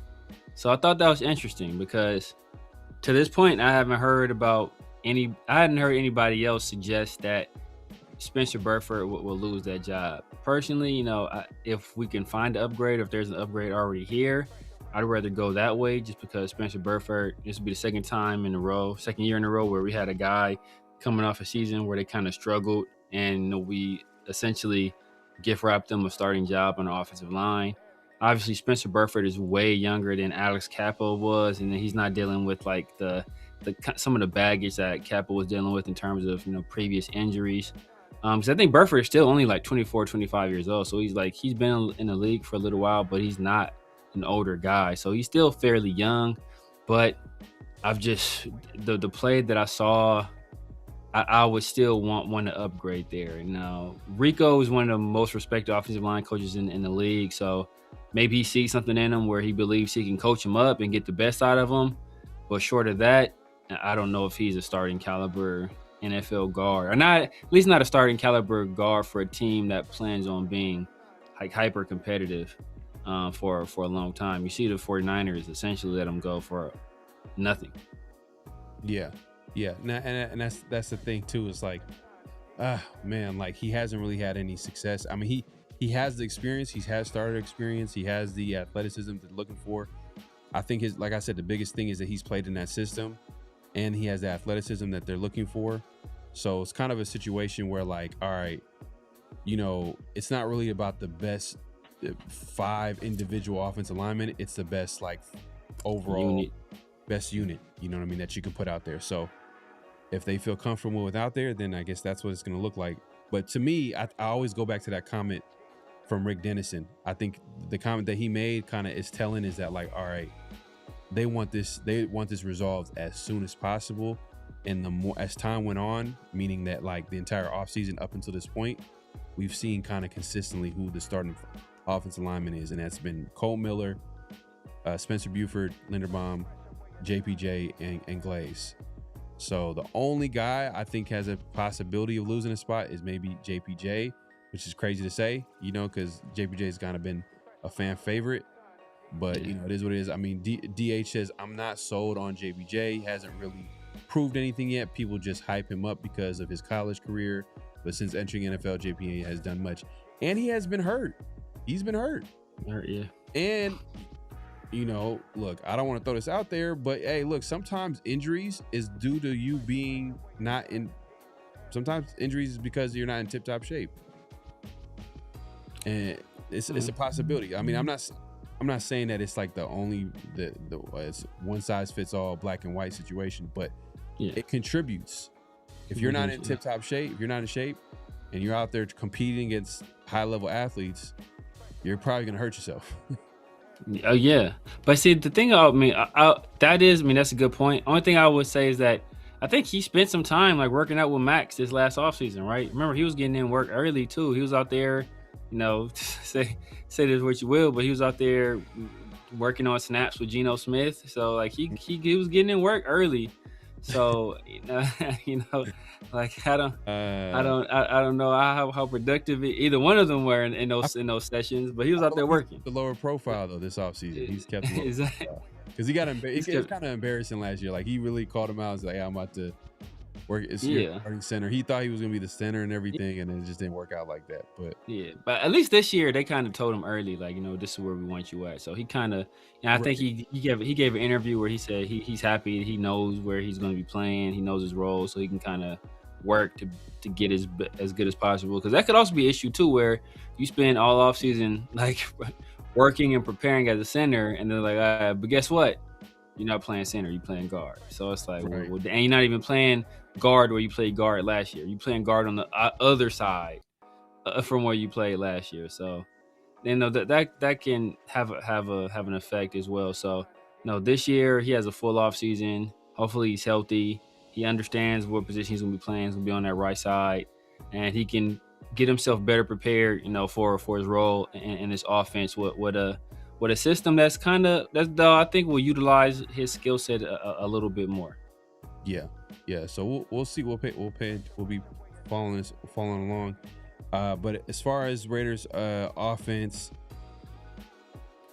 we went through the offensive line.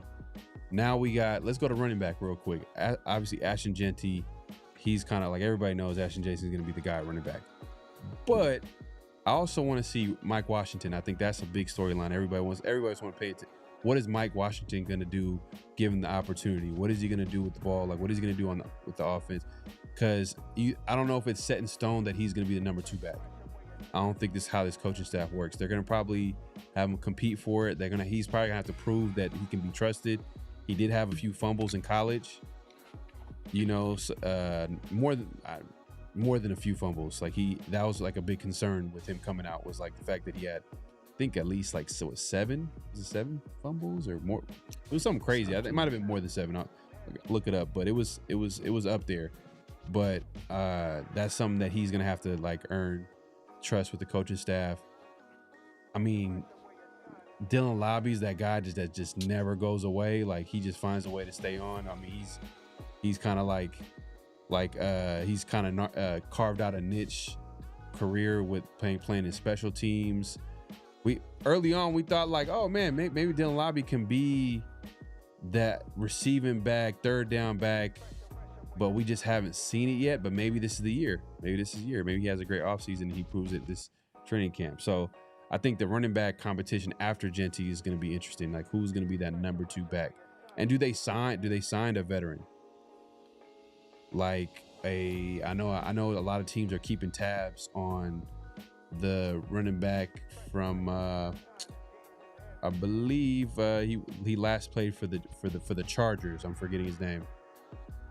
My guy J.K. Dobbins. No. He had an Achilles. Boy from the Bay. What's my guy's name? Najee Harris. Yeah. Najee Harris. So Najee Harris, I know teams are keeping tabs on him, and I think the Raiders are probably one of them. So that could be a possibility, maybe like to have a veteran running back to have like in that running back room that they can trust. Like because what happens if Jeanty gets hurt? He was healthy last year for the most part, which is a big plus with him.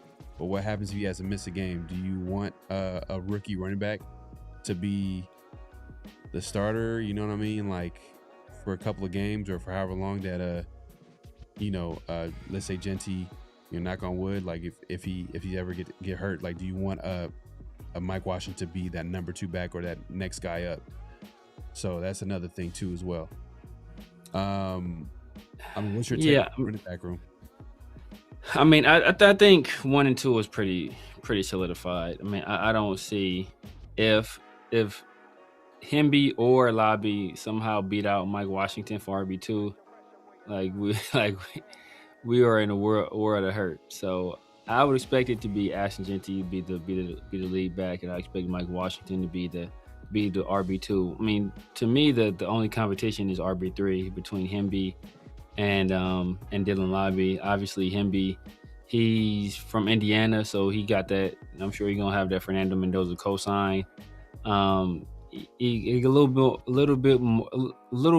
better pure runner than Dylan Lobby is. Obviously, Dylan Lobby, he's a better pass catcher. I think the main thing that separates those guys is that Dylan Lobby is a good special teams player, and I think he plays on every special teams unit as well. So I think at the end of the day, that will be what kind of gives him the edge, and him will be a guy that we probably try to stash on the practice squad.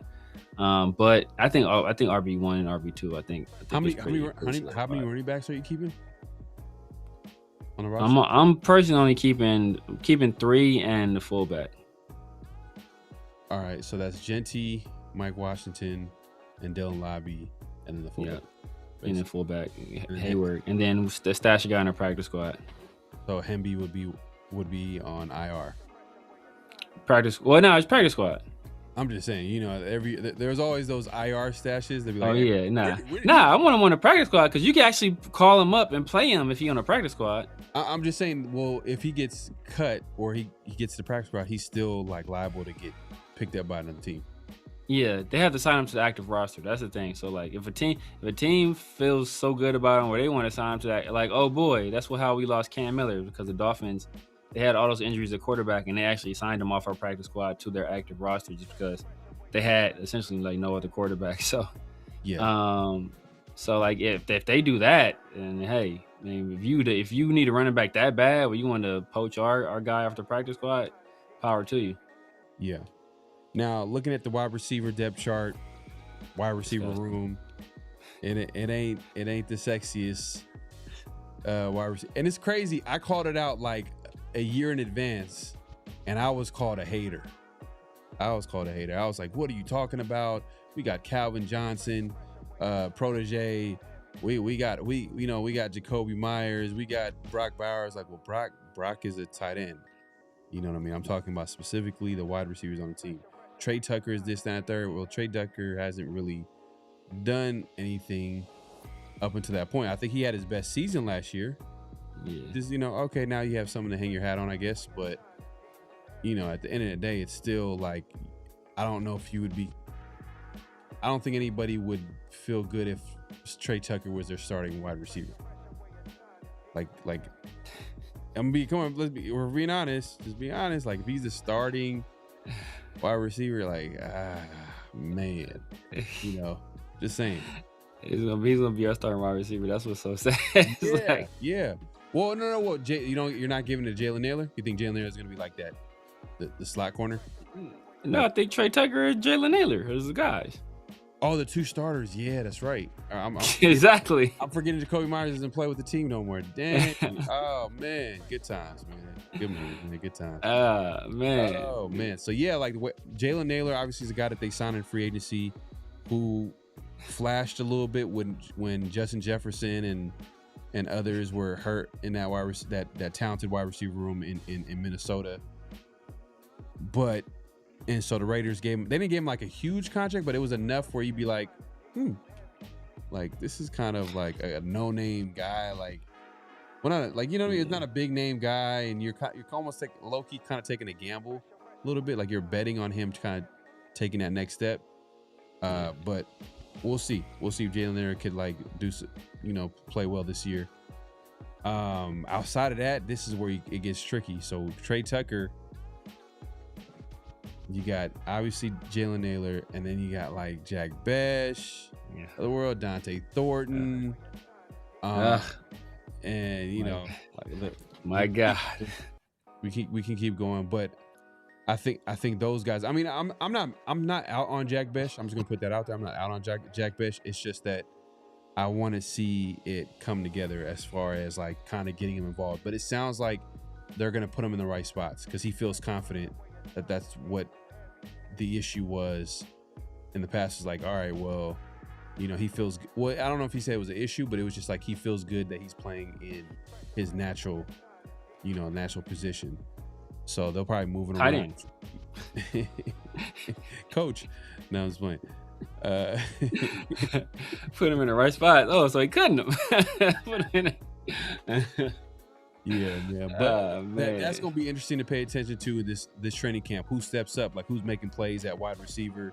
Obviously, we're going to hear I think the big one is going to be joint practice. I wish that was like open to the public and we'd be able to see, like, there's only so much that they're going to show. And that's when they really kind of put out like a lot of their stars. Cause I don't think these days teams don't really take, I don't say preseason seriously, but in the years past, it always used to be that third game used to be dress rehearsal. Yeah. So we'll see. We'll see what that's something to pay attention to is the Raiders wide receiver room and who kind of steps up. From there, you got the quarterback battle. Obviously, Kirk Cousins. I think Ian Rappaport kind of had like a little bit of like a report where he was like, you know, the Raiders are looking for best case scenario, which is Kirk Cousins starting the whole year. That's pretty much just to sum it up. Where have you guys heard that before? Some guy named Shabir. No, I'm playing. But yeah, look, I wouldn't be against it, but I want him to get him. I want him to get out there though. To be honest, I just want him like make some mistakes and learn from it. That's what I want. I get like you want to protect him, but once you've kind of like, all right, solidify the offensive line, like you know who's gonna be starting week in, week out. There's a run game. All right, man, like let Mendoza kind of see the speed of the game and like, you know, get some snaps under center and you know, I know they say they have a plan, but the plan is literally the entire year him sitting on the bench. Ooh. I don't know. That's kind of tough. Gotta learn, man. He gotta learn. I mean, I think people underestimate how big his learning curve is, especially coming from, like I said, man. People did not want to listen to it. They thought it was just hate. He was a cog in the system. He was still very effective in that role, but he had a very defined role laid out by a very experienced and detail-oriented coaching staff that made sure they put their players in a best possible position to succeed. And that's what you want from your coaching staff, to put their players in the best possible positions to succeed. So I'm not mad at Signetti or nobody on the staff for doing that, but they didn't ask Fernando Mendoza to do a whole lot. So coming into the NFL where he's going to be asked to do a lot more at a much faster pace from under center, you know, fortunately we have a guy like Tyler Linderbaum who will probably be the person making all the protection calls. But still, Mendoza has to be the person that has to, if there's any final checks, he's going to have to see it. So he may have to adjust some stuff on offense. So he has to process all that stuff. And it's not an RPO where, you know, like he knows it's, you know, he has a run pass option. It's not going to be a 2 reads and then check down, right? He's going to actually have to go through progressions. And like, that's something he was not asked to do a lot at Indiana. And when he was asked to do it at Cal, he wasn't number 1 overall pick worthy, right? He was 2nd round, 3rd round pick. So, you know, like you have to give him that time to get adjusted and acclimated to the NFL. And he had that time at Cal, right? Where I think he redshirted his first year. He didn't play. And then he came in and he started playing and got a little bit better. And then he got to Indiana and he took off like rocket. Give him those same opportunities in the NFL. Let him redshirt. Let him see how to get a feel for the game. And then he can start, you know, going through those growing pains after he kind of gets a feel in a redshirt year, you know, after his rookie year. But I feel like if he shows up in training camp and he is obviously a guy that's, man, like he's proven that he could be just as good as Kirk Cousins, if not better, then just put him out there at that point. I think, look, I know you mentioned Mendoza and you used that example of him getting redshirted, but I also look at it from this perspective, how much he got better from Cal to all the way to Indiana. And a lot of it had to do with him playing and also getting coached up. So if the Raiders are coaching up the position as well as letting him play, then you're giving him an opportunity to get better with experience.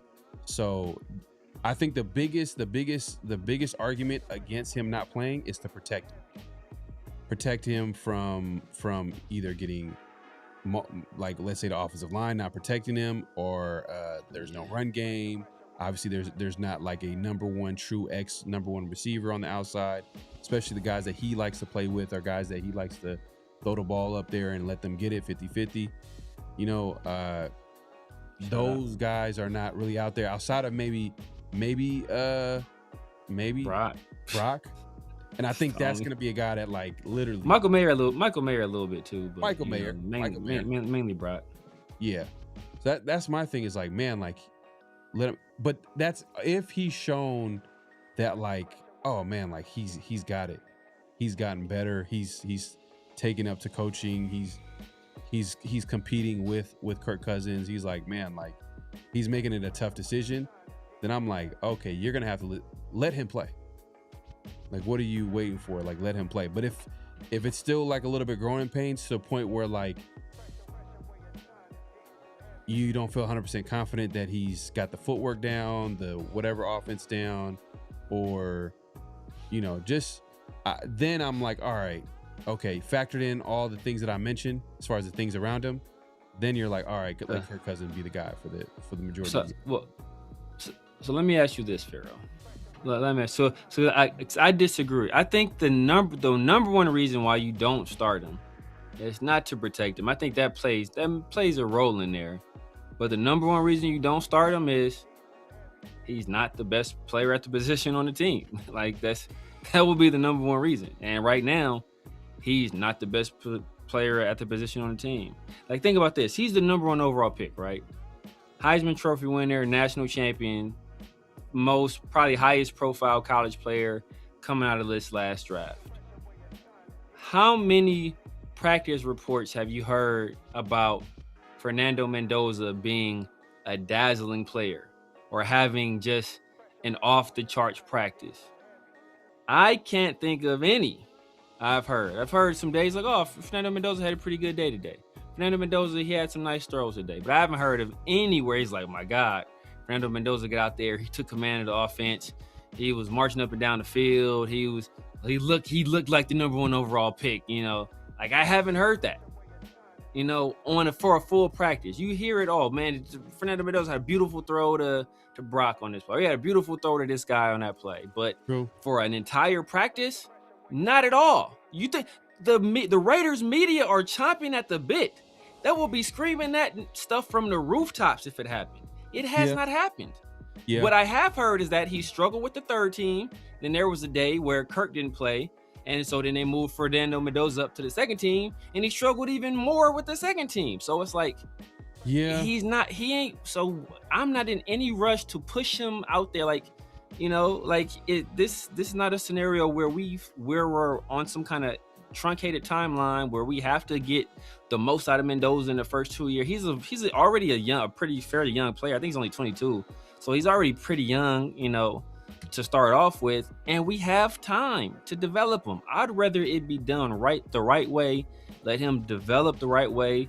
Let's slow cook this thing, right? You know, you don't want to, you know, you want to reverse sear, right? You want to let this thing cook in the oven, right? Then you sear it. You don't want to do all the cooking on your cast iron because you can mess that up. You can sous vide it. You can reverse sear it. Hey, most of the time when you do it that way, your steak gonna come out A1. You try to cook it on that cast iron skillet, you can mess around and mess that thing up. And I'd rather not mess up this A5 Wagyu, you know? Yeah, no, I hear what you're saying, and I get it, and that's why like I was trying to put it out there, like if he's showing you in training camp, he's showing you. I know OTAs, but he's a rookie. He's learning, so there's a learning curve. But if he's showing that he's picking up the offense and he's playing well, and and training camp is a whole. That's another evaluation process in itself. Like, yeah, OTAs is one part of it. When they're installing the offense, they're installing the defense. You know what I mean? They're getting reps in. They're getting ready for the season, leading up to training camp and then leading up to the first game of the season. So, but I think training camp is also going to play a big factor in if Mendoza is improved from OTAs the training camp and he's improved enough where, man, like it's close to what Kirk Cousins is doing, then I'm like, oh wow, like that makes it a little bit interesting. But that's all I'm saying. That's all I'm saying. I get what you're saying, but if he's shown in training camp that he's just as good as Kirk Cousins, if not better, then I think it just makes sense to like put him out there. And maybe after a few games, maybe it's Kirk Cousins to start the season, but then at some point you put him out there.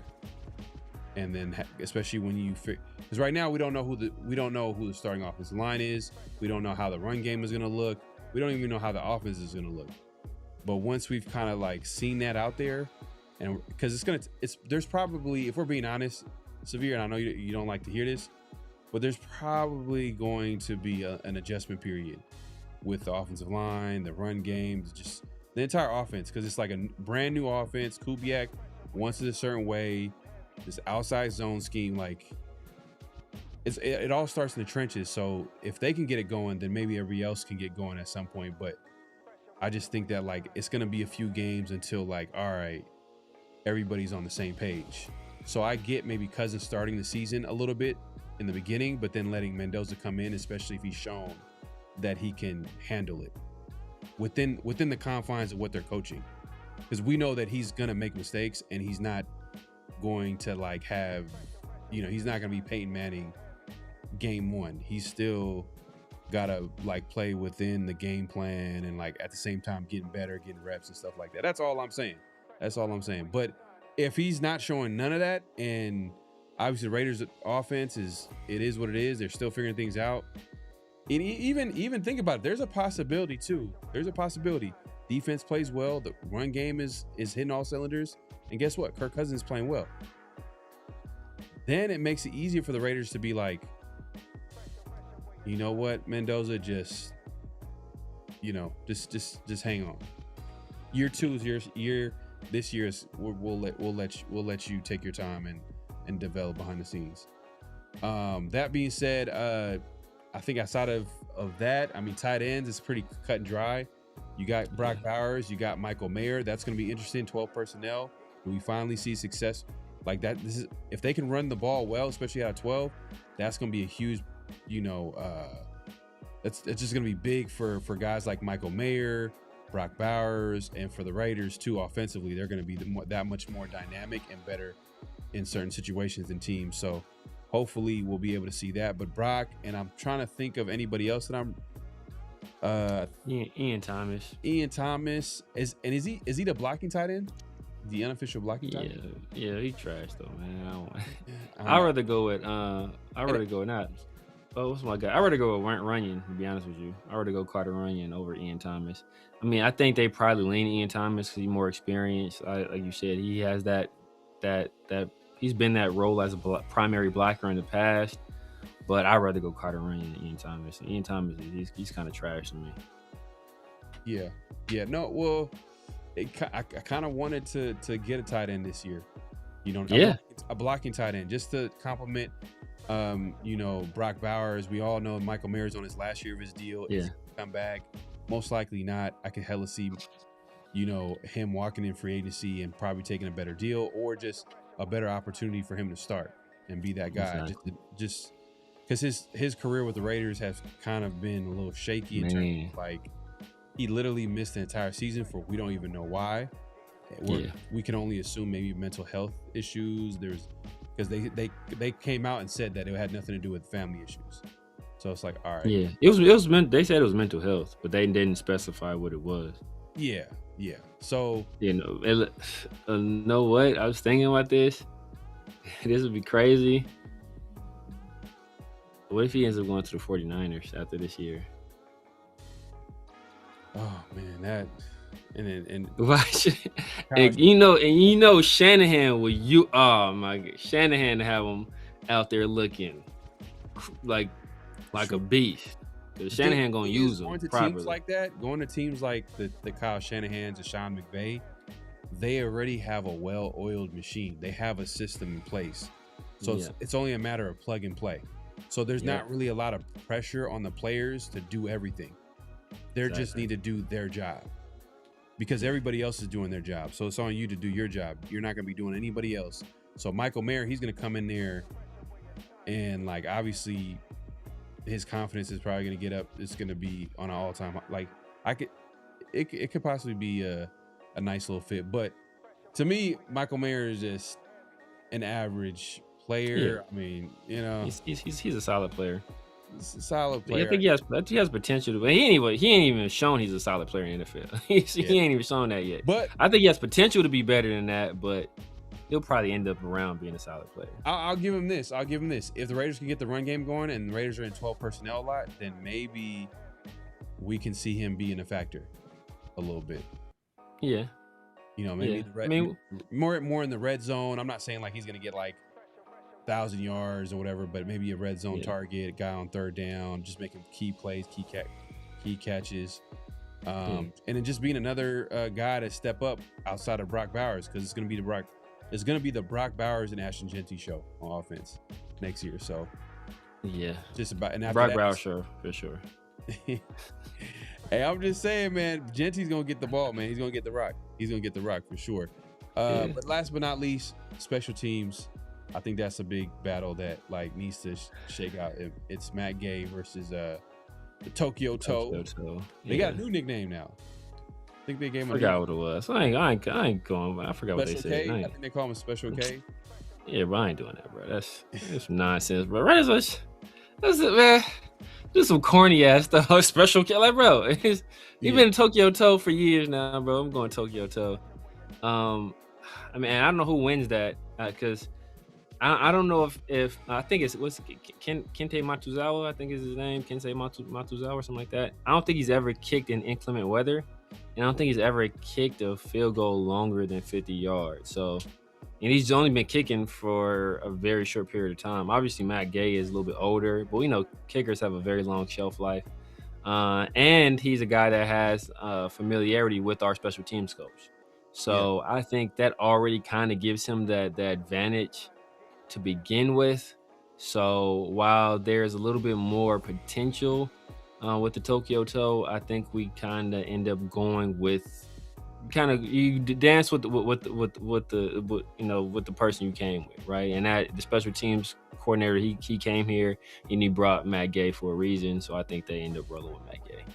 Yeah, most likely. But if you know Tokyo Toe comes out there, he balls out, and especially we think about I think what's going to be big for him is preseason and in-game situations. And the thing is, I know you mentioned that he hasn't really played in like really like tough weather, but where do the Raiders play?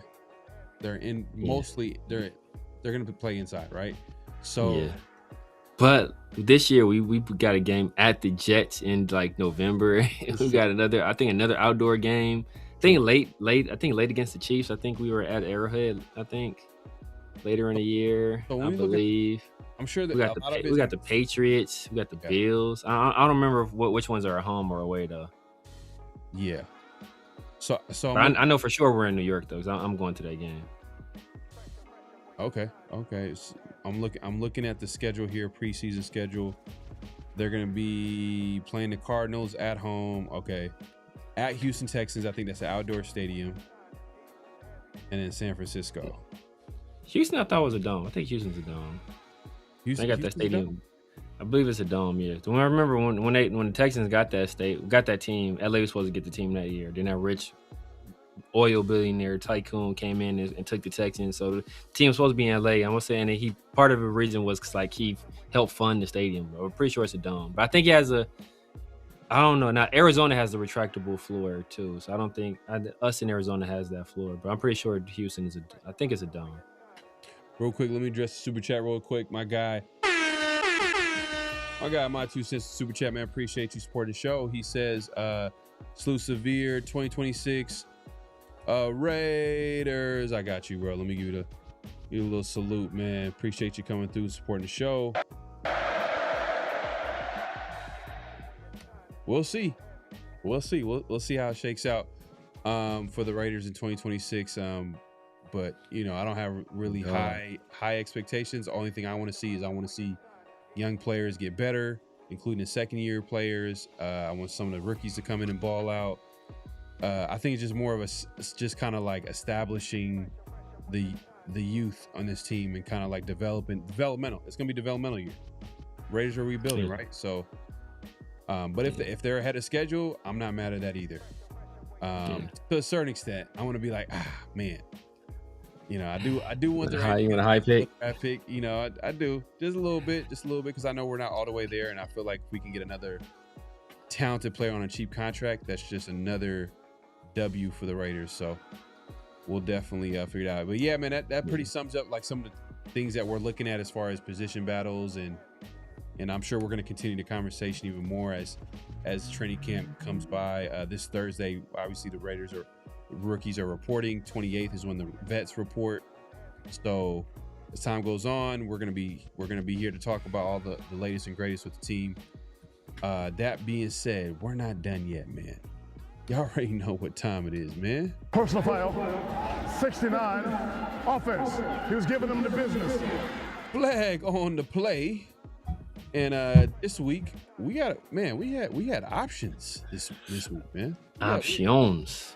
There were so many different directions we could have went with, but we obviously have a couple that we kind of singled out. That's just like bonehead, flag on a play, whatever you want to call it, but we call it flag. You want to call it something else. I know Scatabo, who I think he knows what a lot of people like to say about him, calling him brain dead for what he did. And I actually, you know what? Let me see if I could put that up here. I should have had that up. So there's a clip going around social media where, you know, we all know Cam Scatabo, he's recovering from I think ACL injury. He blew out his knee. Yeah. He's coming back from that, and he was at some type of event. Guy's definitely an emotional guy. You know what I mean? And he's super hyped up, and he does a backflip, and his knee almost gives way.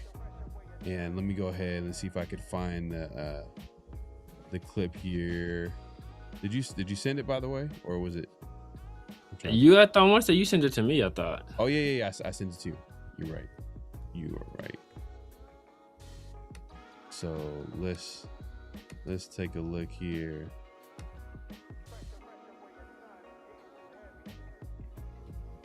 All right.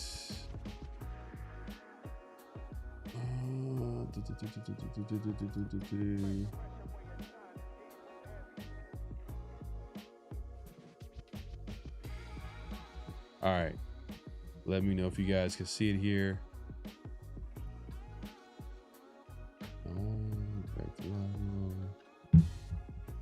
All right, so this is Cam Scatabo. He's at some type of event here, and he's obviously super hyped up, and he's obviously coming back from an injury. And look what happens.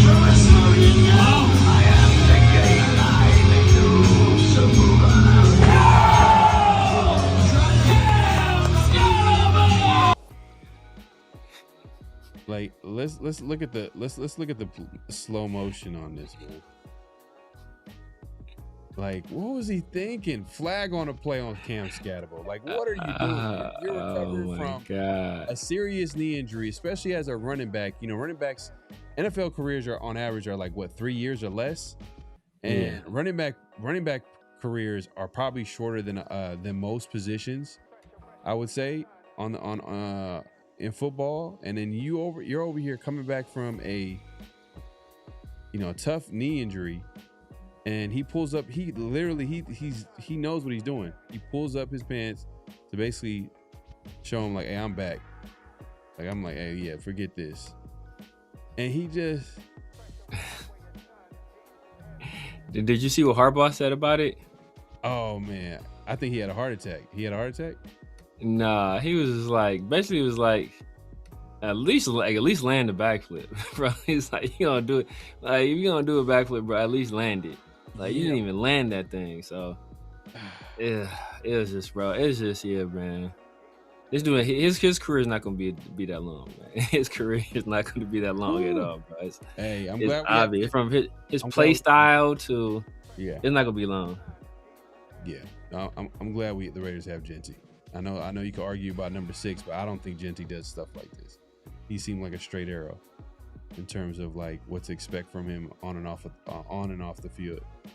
But that being said, man, definitely flag on a play on Cam Scatterbo coming back from an injury and literally doing a backflip. And he doubled down because they talked to him about it. He's like, yeah, I know people, some people call me brain dead. It is what it is. You know what I mean? Like, I don't care at the end of the day. Like, I'll be brain dead. It's whatever. He said, I'll be. it was just like kind of like trying to brush everything under the rug. Like, I'm not. It is what it is, man. I think he's definitely a flag on him for doing something like that, coming back from an injury. That being said, do we have another flag on play? Yes, we do. We got a few. We got a few, man. What's the next one? Bro, next one. No, we'll go with this one, man. The NFL, they have been doing their top 100. Their top 100 players in the NFL. And, you know, the guys, obviously they come up with the lowest guys on the ranking first. They work their way all the way up until they get to the number 1 overall player in the league, as voted on by the players. And there was a player who made a much earlier appearance than anybody would have thought. And that is one Lamar Jackson. And it's crazy to see where he was ranked as opposed to where he was ranked last year. And look at some of the players that are ranked in front of him. It is disgusting. And one of the players ranked 10 spots ahead of Lamar Jackson is Bo Nix. So this is the players saying this. This is kind of interesting that they feel. So look at Lamar. Look at Lamar's ranking the last year. From number 2 to 69. Bro, that is insanity. So let me take a look at what Lamar was able to do last year. We're gonna look at what Lamar Jackson was able to do. So obviously Bo Nix was ranked ahead of him. Lamar Jackson, because Lamar, man, to me, he's one of the most talented players in the NFL. Easily. So we look at what he did last year. He played 13 games, so I guess you could say health is kind of a big issue with him. Yeah. But he passed for about 2,500 yards.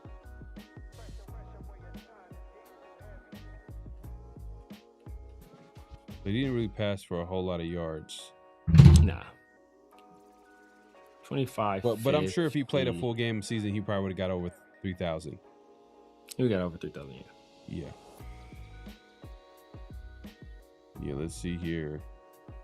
21 touchdowns, 7 interceptions. So it wasn't like his most explosive years, but before that, last year he had 41 touchdowns. The year before that, had 24. The year before that, he had 17. I think the year he had 17, he didn't really play. He didn't play a lot, or he did, but not. Played about the same. Yeah, played about 12 games. Played one less game. Yeah. But yeah, no, flag on a play, man. I mean, the players right now, I feel like they're hating. Like, this doesn't make any sense. I'm sure they're probably like thinking like maybe I don't know what would be the reason to go from number 2. I mean, damn, dude, and it's coming from the players too, Severe. That's the thing. Yeah. Is this something that you know what, man? That we don't know? You know, like, is he not? Yeah. Who we think he is? I don't even think it's that. I mean, I don't know. Maybe it's a situation where, you know, the Ravens, they kind of struggled all year. You know, people were expecting them to kind of take that next step, and they never really could. Yeah. It could also be like, you know, maybe the players are like, F the Ravens, man. F Eric DeCosta. You dirty bastards. You know, you gonna punish every player. Maybe that's the situation, right? Maybe they saw that the Raiders were some dirty bums, some dirty, lying, cheating, stealing bums, and they're not showing any respect to the Flock Nation. You know, unlike a certain player that plays on the Raiders. But right. No, but I don't know, man. I don't know. I just think, you know, it's one of those things that sometimes the expectations for a player can be the biggest detriment to them. Like if we don't see, like, you know, it's like I talk about all the time in the NBA, right? Like if you got a role player, they come out there, they score 17, like, man, hey, oh boy, had a good game. But if LeBron go out there and score 17, you're like, oh man, LeBron was off today. Like, what's going on with LeBron?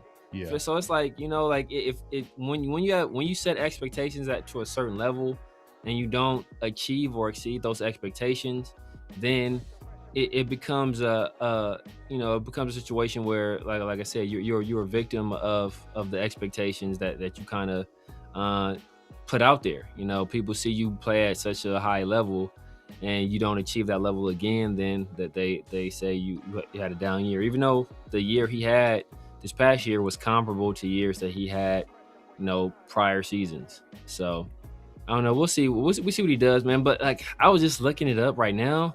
Bro, how old do you think Lamar is?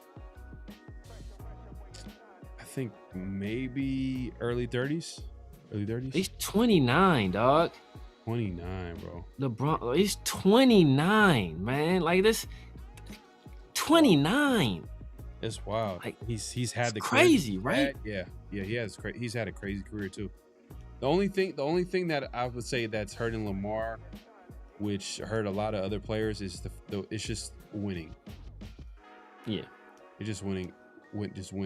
Like that's the only thing with Lamar. It's like he hasn't really like won. He hasn't gotten like far into the playoffs to the point where he's in this. Well, hold on, real quick. Hold on, real quick. Money Chuck, you said Lamar Jackson, 2-time NFL MVP, is a great athlete, but not a great football player. Lamar Jackson, the guy who last year was voted the second best player in the league. Like I said, multiple-time Pro Bowler, All-Pro player, 2-time MVP player. Some people think he should be 3-time MVP player. You know, they thought he got robbed last year, or you know, the season prior to this one, they thought he put up better numbers than he'd had in his other 2 MVP seasons, and better numbers than the guy that beat the guy than the guy who actually won the MVP, and he had a better record. I want to say his team had a better record than the guy who actually won the MVP, but he didn't get it. You said that guy's not a good football player, but you think Ashton Genty is? Come on, dog. I rest my case. Man, that's funny. Fernando Mendoza is great. He's fantastic. He hasn't done anything in the league, but he's fantastic. He didn't do anything in college till he got to Cignetti. It was a pretty good player till he got to Cignetti. He's a great player, but 2-time MVP Lamar Jackson is a great athlete, but not a. Come on, people. Come on, dog. I can't take y'all seriously, bro. I cannot take y'all seriously. Yeah, man. It is what it is, man. To me, it's flag on the play. Easy. You know, flag on the play. I think Lamar is a top 5 quarterback in today's NFL. Like he's proven it that he's proven that he's elite in running the football. Obviously, that's the thing that kind of like everybody was just like shocked to see in the NFL, like how electrifying he was rushing as a quarterback. But he's improved as a passer, and he's over here throwing not. I know last year was 21 touchdowns, 7 interceptions, which, to be honest with you, I think a lot of quarterbacks would want to have that type of year. They would feel like they'll feel great having a year like that. But with Lamar, man, he's over here getting 41 touchdowns. To me, I thought he should have won not this year, but the year prior. I felt like he should have won another MVP. Exactly. Yeah, that's what I was talking about when Josh Allen won it. Yep. Yeah. No, 100%. I agree with that 100%. But we're not done yet. Do we have another flag on the play? We got one more flag on the play, man. And this one is coming from an NFC West team. A team we will play this year. And that is Cardinals executive has been suspended, not fined, suspended by the league for gambling. He was getting his Sorsby on. And you think about it, this dude has to be one of the most egregious things you've ever seen in your entire life. Like, it's just flat out corruption. Dude, how much do you think on a $25 bet, how much money do you think this man made? You telling me? Yeah, he made it on a $25 bet. How much money what you think somebody would make? Like, what's the most money you think somebody can make on a $25 bet? I'm thinking like all they bet was $25. I'm thinking like $100, $100 maybe. Well, you know what? If you hit a crazy parlay, maybe you hit like a $1,500, $2,000 if you get something crazy. Oh, this man, you're talking about parlay on a $25, yeah, on a parlay. You know, how much do you think somebody will make, right? Right. Like, a couple thousand max, right? If you got lucky that night, it was a good night for you. On a $25 bet, this man made $732,000 because being a Cardinals executive, he bet in a parlay on I believe the first 5 players the Cardinals would pick in the draft, and obviously he saw the draft board. He knew who they would pick. So he made $732,000 on a $25, and he thought he'd get away with it. That's what the most great. Like, you thought, like, you didn't think whoever you bet with, or his Kalshi or whoever it was, you didn't think that they would look at this. Like, who's this guy that just made this $25 bet that hit us for $750,000? You didn't think they was going to investigate that? Obviously, they did, and it got back to the NFL, and they're suspending this guy, and that's not enough. That's not enough. This dude should be banned from the league. He should not be able to work in the NFL again. Yep. And it should be good riddance, man. If you're gonna use your position to basically take advantage, and this is not like, and gambling is not it's a zero-sum game. And for you to win money, that means other people lost money. So you're taking money out of other people's pockets. Yeah. And the thing is too, is that like for him to actually like be able to win all that amount is because he's privy to conversations that's happening in the building. So he knows exactly. So it's kind of like what inside trader stuff, like where people are like, you know, they're knowingly have information that no one else has, and they're making decisions based off that. So he's kind of doing he's doing the same thing. He works for the team. He's obviously part of those conversations, or he's been around those conversations, so he can see where the team is leaning to on certain draft picks and things like that. So that's kind of crazy, man. It seems like sports right now, they're all kind of taking a hit with gambling right now. Yeah. You know, the world is changing. I know that professional sports teams have like literally they're like all in on these gambling companies, and it's kind of interesting to see that like they're doing that, but also they're having issues with gambling overall. So, you know, it is what it is, man. But hey, look, man, if you haven't already, make sure to clock in, hit that like button, hit that subscribe, and hit that notification bell. We're not done yet. We got notable quotables. This is where we play a quote. We obviously react to it and have a conversation about it. And obviously, if you guys can be active in the chat, very much appreciate it, which you guys already are, man. I see y'all. Huey, man, is holding it down. Money Chuck, he says, just like Dante picks his first play. He is. He gonna prove it. But I think we got a quote for that too, right? I think we got to. Thank you for saying that, Money Chuck. Thank you for saying that. Huey says, I turned $6,672 on Prize Picks last week. Man, we need to get Prize Picks on a sponsor. We just shouted them out for. I know, right? You know what I mean? Right. We got. That'd be like turning $6 into like 60,000. Like that's what the comparison is. Wow. Yeah, for real, man. But yeah, man. Let's move it along, man. So what's our first notable quotables here?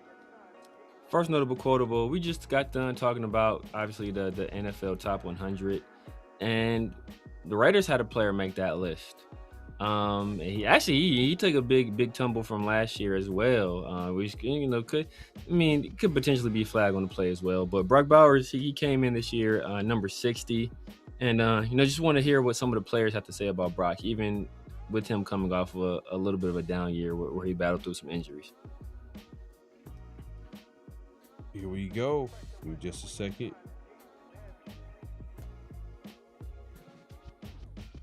I think I sent it to you, right? Yeah. Or I sent, yeah. I think you sent it to me. Okay. Brock Bowers, right? Here we go. Yeah.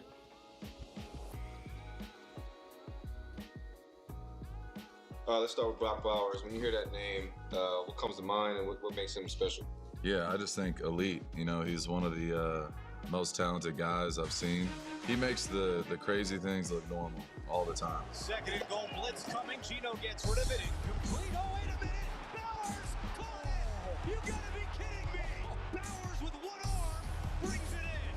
That's a wide receiver one that is in a tight end's body right there. I feel like people, forget about the other great things of his game, but he's a very willing blocker. He doesn't get enough credit for it because, like I said, how great he is at getting open and catching the ball, but he doesn't shy away from, any type of battle, regardless who it is. Got a good block from Brock Bowers, who we just highlighted catching the ball, but he does it all. Brother, you're awesome. Call you man. Can he block you? No. I love him, but no.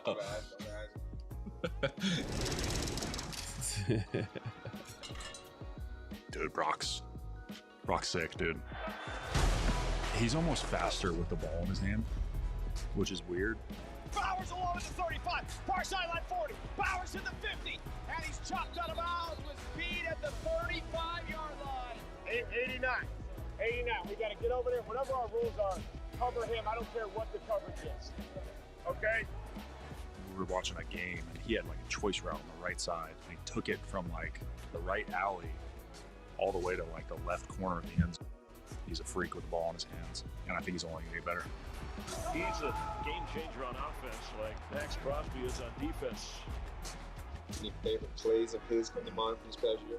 Probably the back shoulder, that one-handed catch he had was ridiculous. I think it was the Jags game. Yeah, he had an insane catch. Fade, right side, Bowers, one-handed grab! He somehow pinned it! One of the toughest catches you'll ever see! He can work as an isolated receiver, one-on-one. I mean, he's as good of a young tight end that's come out of the draft in the last 10 years. That one definitely sticks out. If you're going against DB, you might have to be a little more physical and, body him up a little bit. So it just depends on who you're going against and what the play is, really. I think Brock might be the best offensive player I've been around my whole entire life. Yeah. That was Malcolm Kuntz, by the way, saying that. Malcolm Kuntz saying that he's probably the best offensive player that I've ever been around in my life. That's crazy. That's crazy. Anytime you see a professional athlete, they don't even have to be Malcolm Kuntz. It could be anybody else. But if they're saying that, and obviously, Kuntz has been in the league for how many years now? So he's seen it. He's seen a few players, but best offensive player he's ever been around. Well, been around is the qualifying right there. So it's Devontae, but Devontae and Josh probably only the two candidates you would have. True. Be in that category. True, but just Bowers is just now he's different. It's just the way he's doing it too. He's how he's just doing it in every type of way that you could think of, in terms of he's I don't know. I think Brock is easily the best tight end in the league. I think he established himself hopefully this year if he stays healthy. I think it'll be no doubt in anybody's mind. I think there's certain places surprisingly ESPN, but that was more to do about what executives and coaches and scouts were saying about top 10 players in positions. But the fact that they had a number one, I knew that they seen what we see. We see all the time. Yeah, that was front office people. And this list, I don't think he's not gonna be the number one tight end on this list, obviously, because he's already at 60. But he was number one to coaches and executives. I think you said there was another ESPN one you had where he was number 3. I think you said. I forgot what list that was. No, it was AP. AP ranked. Associated Press. Yeah, Associated Press. Okay. And if you think about Madden, there's other media outlets as well, and they had him the 3rd ranked tight end in terms of ratings. His number 1 was Trey McBride. Think so. Trey McBride is number 1. Yeah, number 1 was Trey McBride, but number 2 they had George Kittle, which I thought was crazy. Yeah, he's coming back from injury, serious injury. He's better than George Kittle now. Yeah. I think George Kittle has that edge. He's been having that edge over a lot of tight ends because his ability to dominate the run game. But as of right now, I think he's still figuring it out. But that catch against the Jaguars, though, that was wild, man. That was probably insane. Would you say that was probably the best play of the year from a Raider player? That catch. Yeah, I would say. I mean, you could take that or either that or the Genty run against Chicago. I think those are the two best two candidates right there. All right. We'll see, man. Trying to pull up the next notable quotable. We're not done yet. Yep. The next notable quotable, excuse me, is from our guy Todd McShay, and the Raiders. I don't have us winning a whole bunch of games next year, and next year is supposed to be a quarterback rich draft class, and if the Raiders are anywhere in the top 10, if there are a lot of good quarterbacks, we could potentially see, like a Brock Bowers did in years past, a good player fall right in our laps. So Todd McShay, he's been evaluating quarterbacks already, and he came out with a list of his best quarterbacks going into this next college football season. And you won't be very surprised at all who's at the very top of that list. Money Chuck. Dante Moore, Oregon 1. Lenore Sellers, South Carolina 2. Sam Levitt, LSU 3. At 4 is CJ Carr, Notre Dame, and Arch Manning, Texas, in either order. Same grade. At 6, Darian Mensah, Duke, transferred to Miami. At 7, Nico Iamaleava and Trinidad Chambliss, identical grades. Put Chambliss at 7, Nico at 8. At 9 is Julian Sayin from Ohio State. At 10 is Brendan Sorsby. At 11 is Jaden Mayava from USC. At 12, he'll be in the class here, Oklahoma. And I got news for you. I want to say it's like 12.7 over like the last 5 years that are drafted through the 7 rounds. I'm talking about 12 guys that are the first 2 days grades right now. Sheesh, man. All right. Well, hey, that's definitely high praise. But I guess you're right. He's still going to be part of the draft class. He's going to enter the draft next year. And Brendan Sorsby, seeing that he had him number 10. But I think a lot of that had to do with him not playing this year. So it's like there's no way that he's going to put those other players behind him, especially when he's not going to play this year. So there might possibly be a regression with Sorsby. But hey, look, your guy Dante Moore right now is ranked as the number 1 quarterback. That's going to be interesting to see. I think I'm trying to think. Yeah, it happens every year where we assume that, like, hey, the quarterback class is going to be good and this, that, and a third. But like, I won't say every year, but then last year was one of those years where like we didn't expect Mendoza to be that guy, like being the number 1 pick before the season. We expect the Archie Mannings to be balling out, and for them to have that buzz to come out number 1, to come out and compete and be number 1 overall pick. Man, I don't know. I just think I think Sellers being number 2 might be that's an interesting one. Interesting, because it's like Sellers. I wanted him to transfer. He didn't. He's staying. We'll see if like him and I guess him playing with his brother, because I think that was a big factor in him staying in South Carolina. Yeah. We'll see if he takes the next step, but I would want him to. I wish he went to like he hit the transfer portal and went to like a quarterback friendly situation. But I think Sellers being a number 2 is kind of, from a talent perspective, I can see the talent, but just overall like talent and just body of work, I'm just like, man, I think they could have went a different direction. But yeah. I mean, it's tough because the physical talent is obviously there. But like you said, there's just his situation in South Carolina is so bad that, will he get a chance to really showcase his talent? And I think this year is different than years past, because I mean, I think a lot of people thought this past draft class was going to be a quarterback rich draft class, but so many of those guys still had eligibility, so they opted to go back to school. So, and I think a lot of those guys won't have the option to do that this next year. Obviously, Sorsby won't, Chambliss won't. Mensah will. I don't think Mateer will. So there's a few guys that I don't think Nico will leave. So there's a few guys that basically they'll essentially have to come out this next draft class. So it won't be like this year where, you know, we expect it to be this great draft class for quarterbacks. No, everybody's staying at school. Like a lot of those guys are gonna have to come out. So we'll see. I mean, I was watching another video from McShay, and he was talking about Darian Mensah, and he was saying that, you know, Dante Moore is the best pure passer he's seen in college football the past 2 years. And he said that Darian Mensah would be like that next guy. He'd be just a pure passer. Like he said, he's that next guy. He's like, I think he said if there's like one player in the if it's like, I think he said if it's a third down or something like that he had to like take one player in all of college football that he just trusted to make the right decision and to make a good throw, accurate on time, and read the coverage. All he's like, I think he said Darian Mensah will be the guy, which was crazy.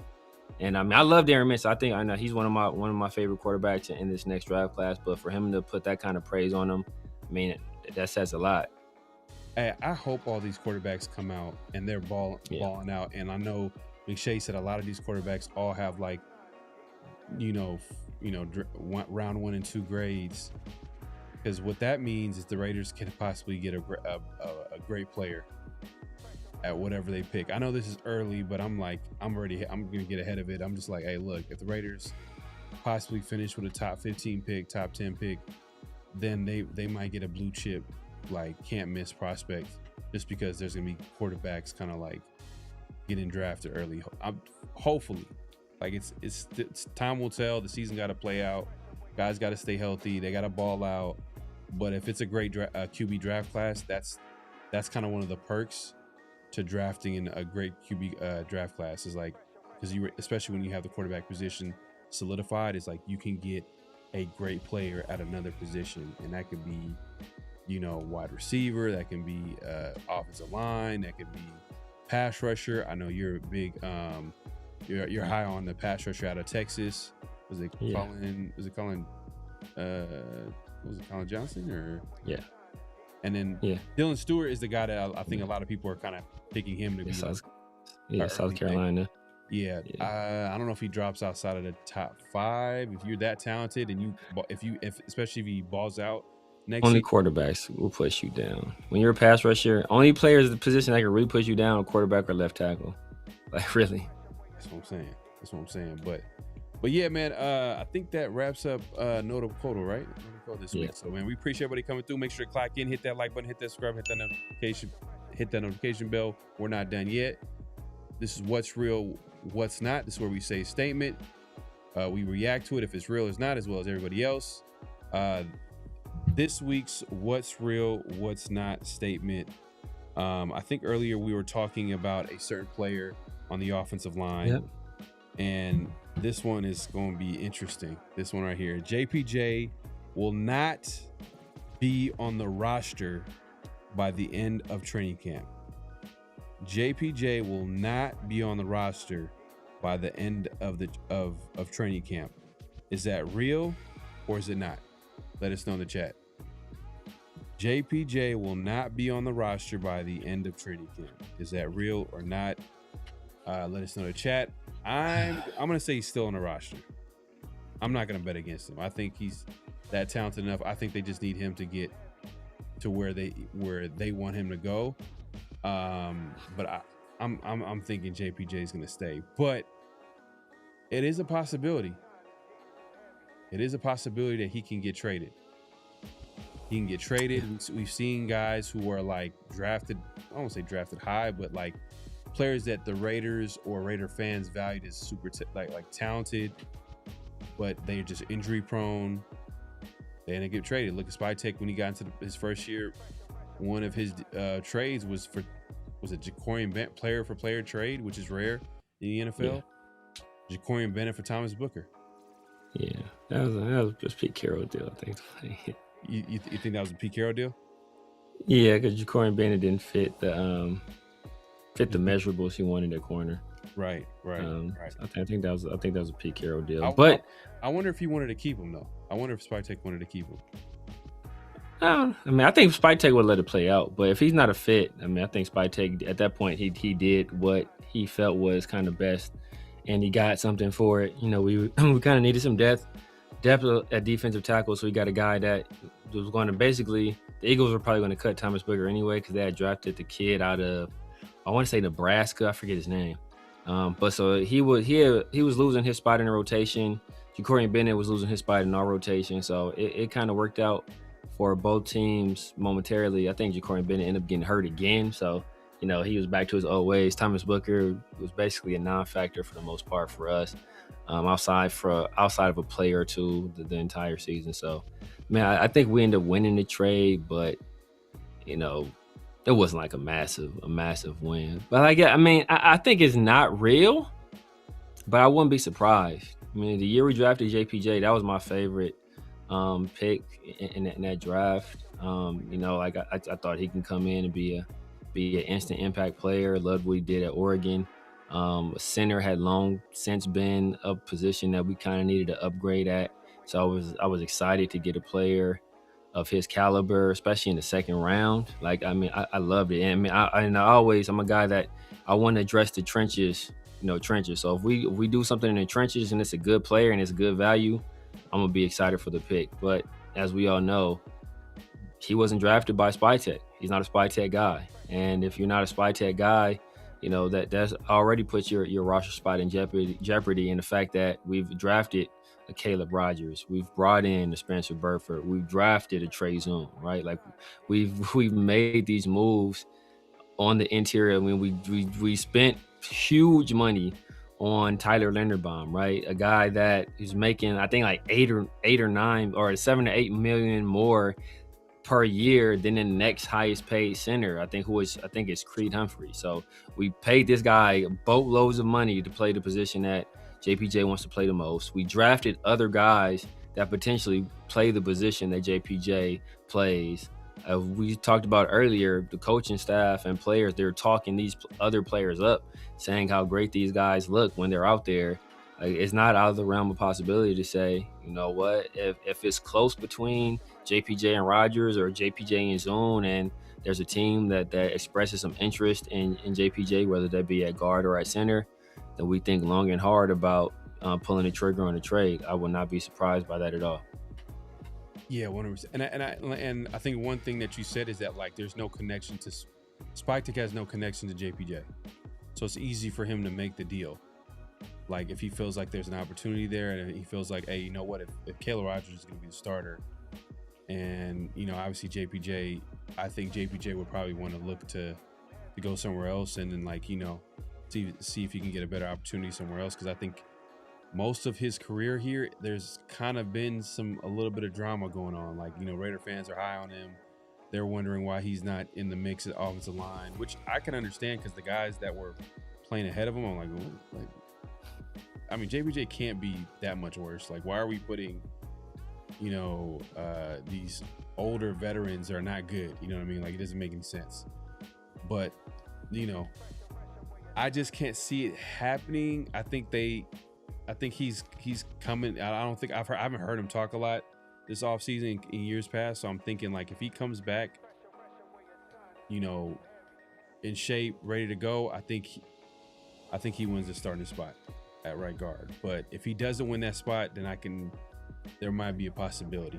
But we'll see, man. But hey, man, we've been at this for a cool minute. Good show, great conversation as always. Obviously, the Raiders training camp is here, so we can't wait to hear what's going on, who's making plays, I think officially, I don't training camp really doesn't begin until, like, once the vets kind of pull up there. I mean, the rookies are going to report, but I think they're going to go through emotions of, like, you know, getting ready and getting kind of like accumulated to, like, a new environment, and you know, there's a reason why they kind of report first. So it's going to be interesting to see, like, how that, like, plays itself out, and we start hearing some of these guys stepping up as time goes on. So hopefully we hear good things from a lot of these players that we mentioned, that we talked about. But Severe, man, let the people know where they can find you, what to look forward to, all that good stuff. You guys know what it is, man. The Severe Raider here on YouTube, Snapchat, TikTok, X, IG, Kick, Twitch. True Social, man. Everywhere the Severe Raider, man. Holla at your boy.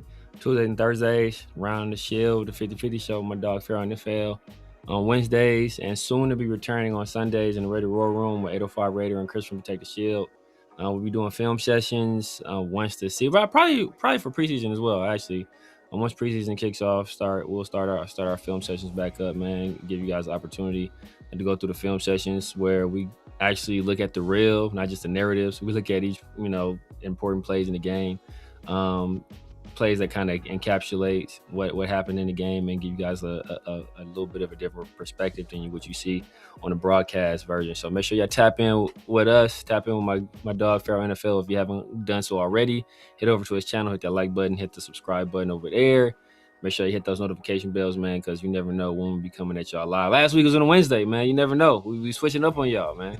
Switch it up. 50-50 show every Tuesday, definitely every Tuesday. Around the Shield will be returning to his regular scheduled time slot on Thursday. It's just the off season, a little slower than usual, but hey, we try to keep it real here. Obviously, if we feel like, hey man, if we feel like we need to come back on the 50-50 show, that's what we're gonna do. That's what we're gonna do. So be on the lookout. Hopefully, we can get a guest on this week and they'll have a good conversation about training camp and all the good storylines that's going to come out of that, because I think officially they report this Thursday, so that's going to be cool to see some of the guys. I wonder if Nakobe Dean would qualify as a player hurt, because usually interesting.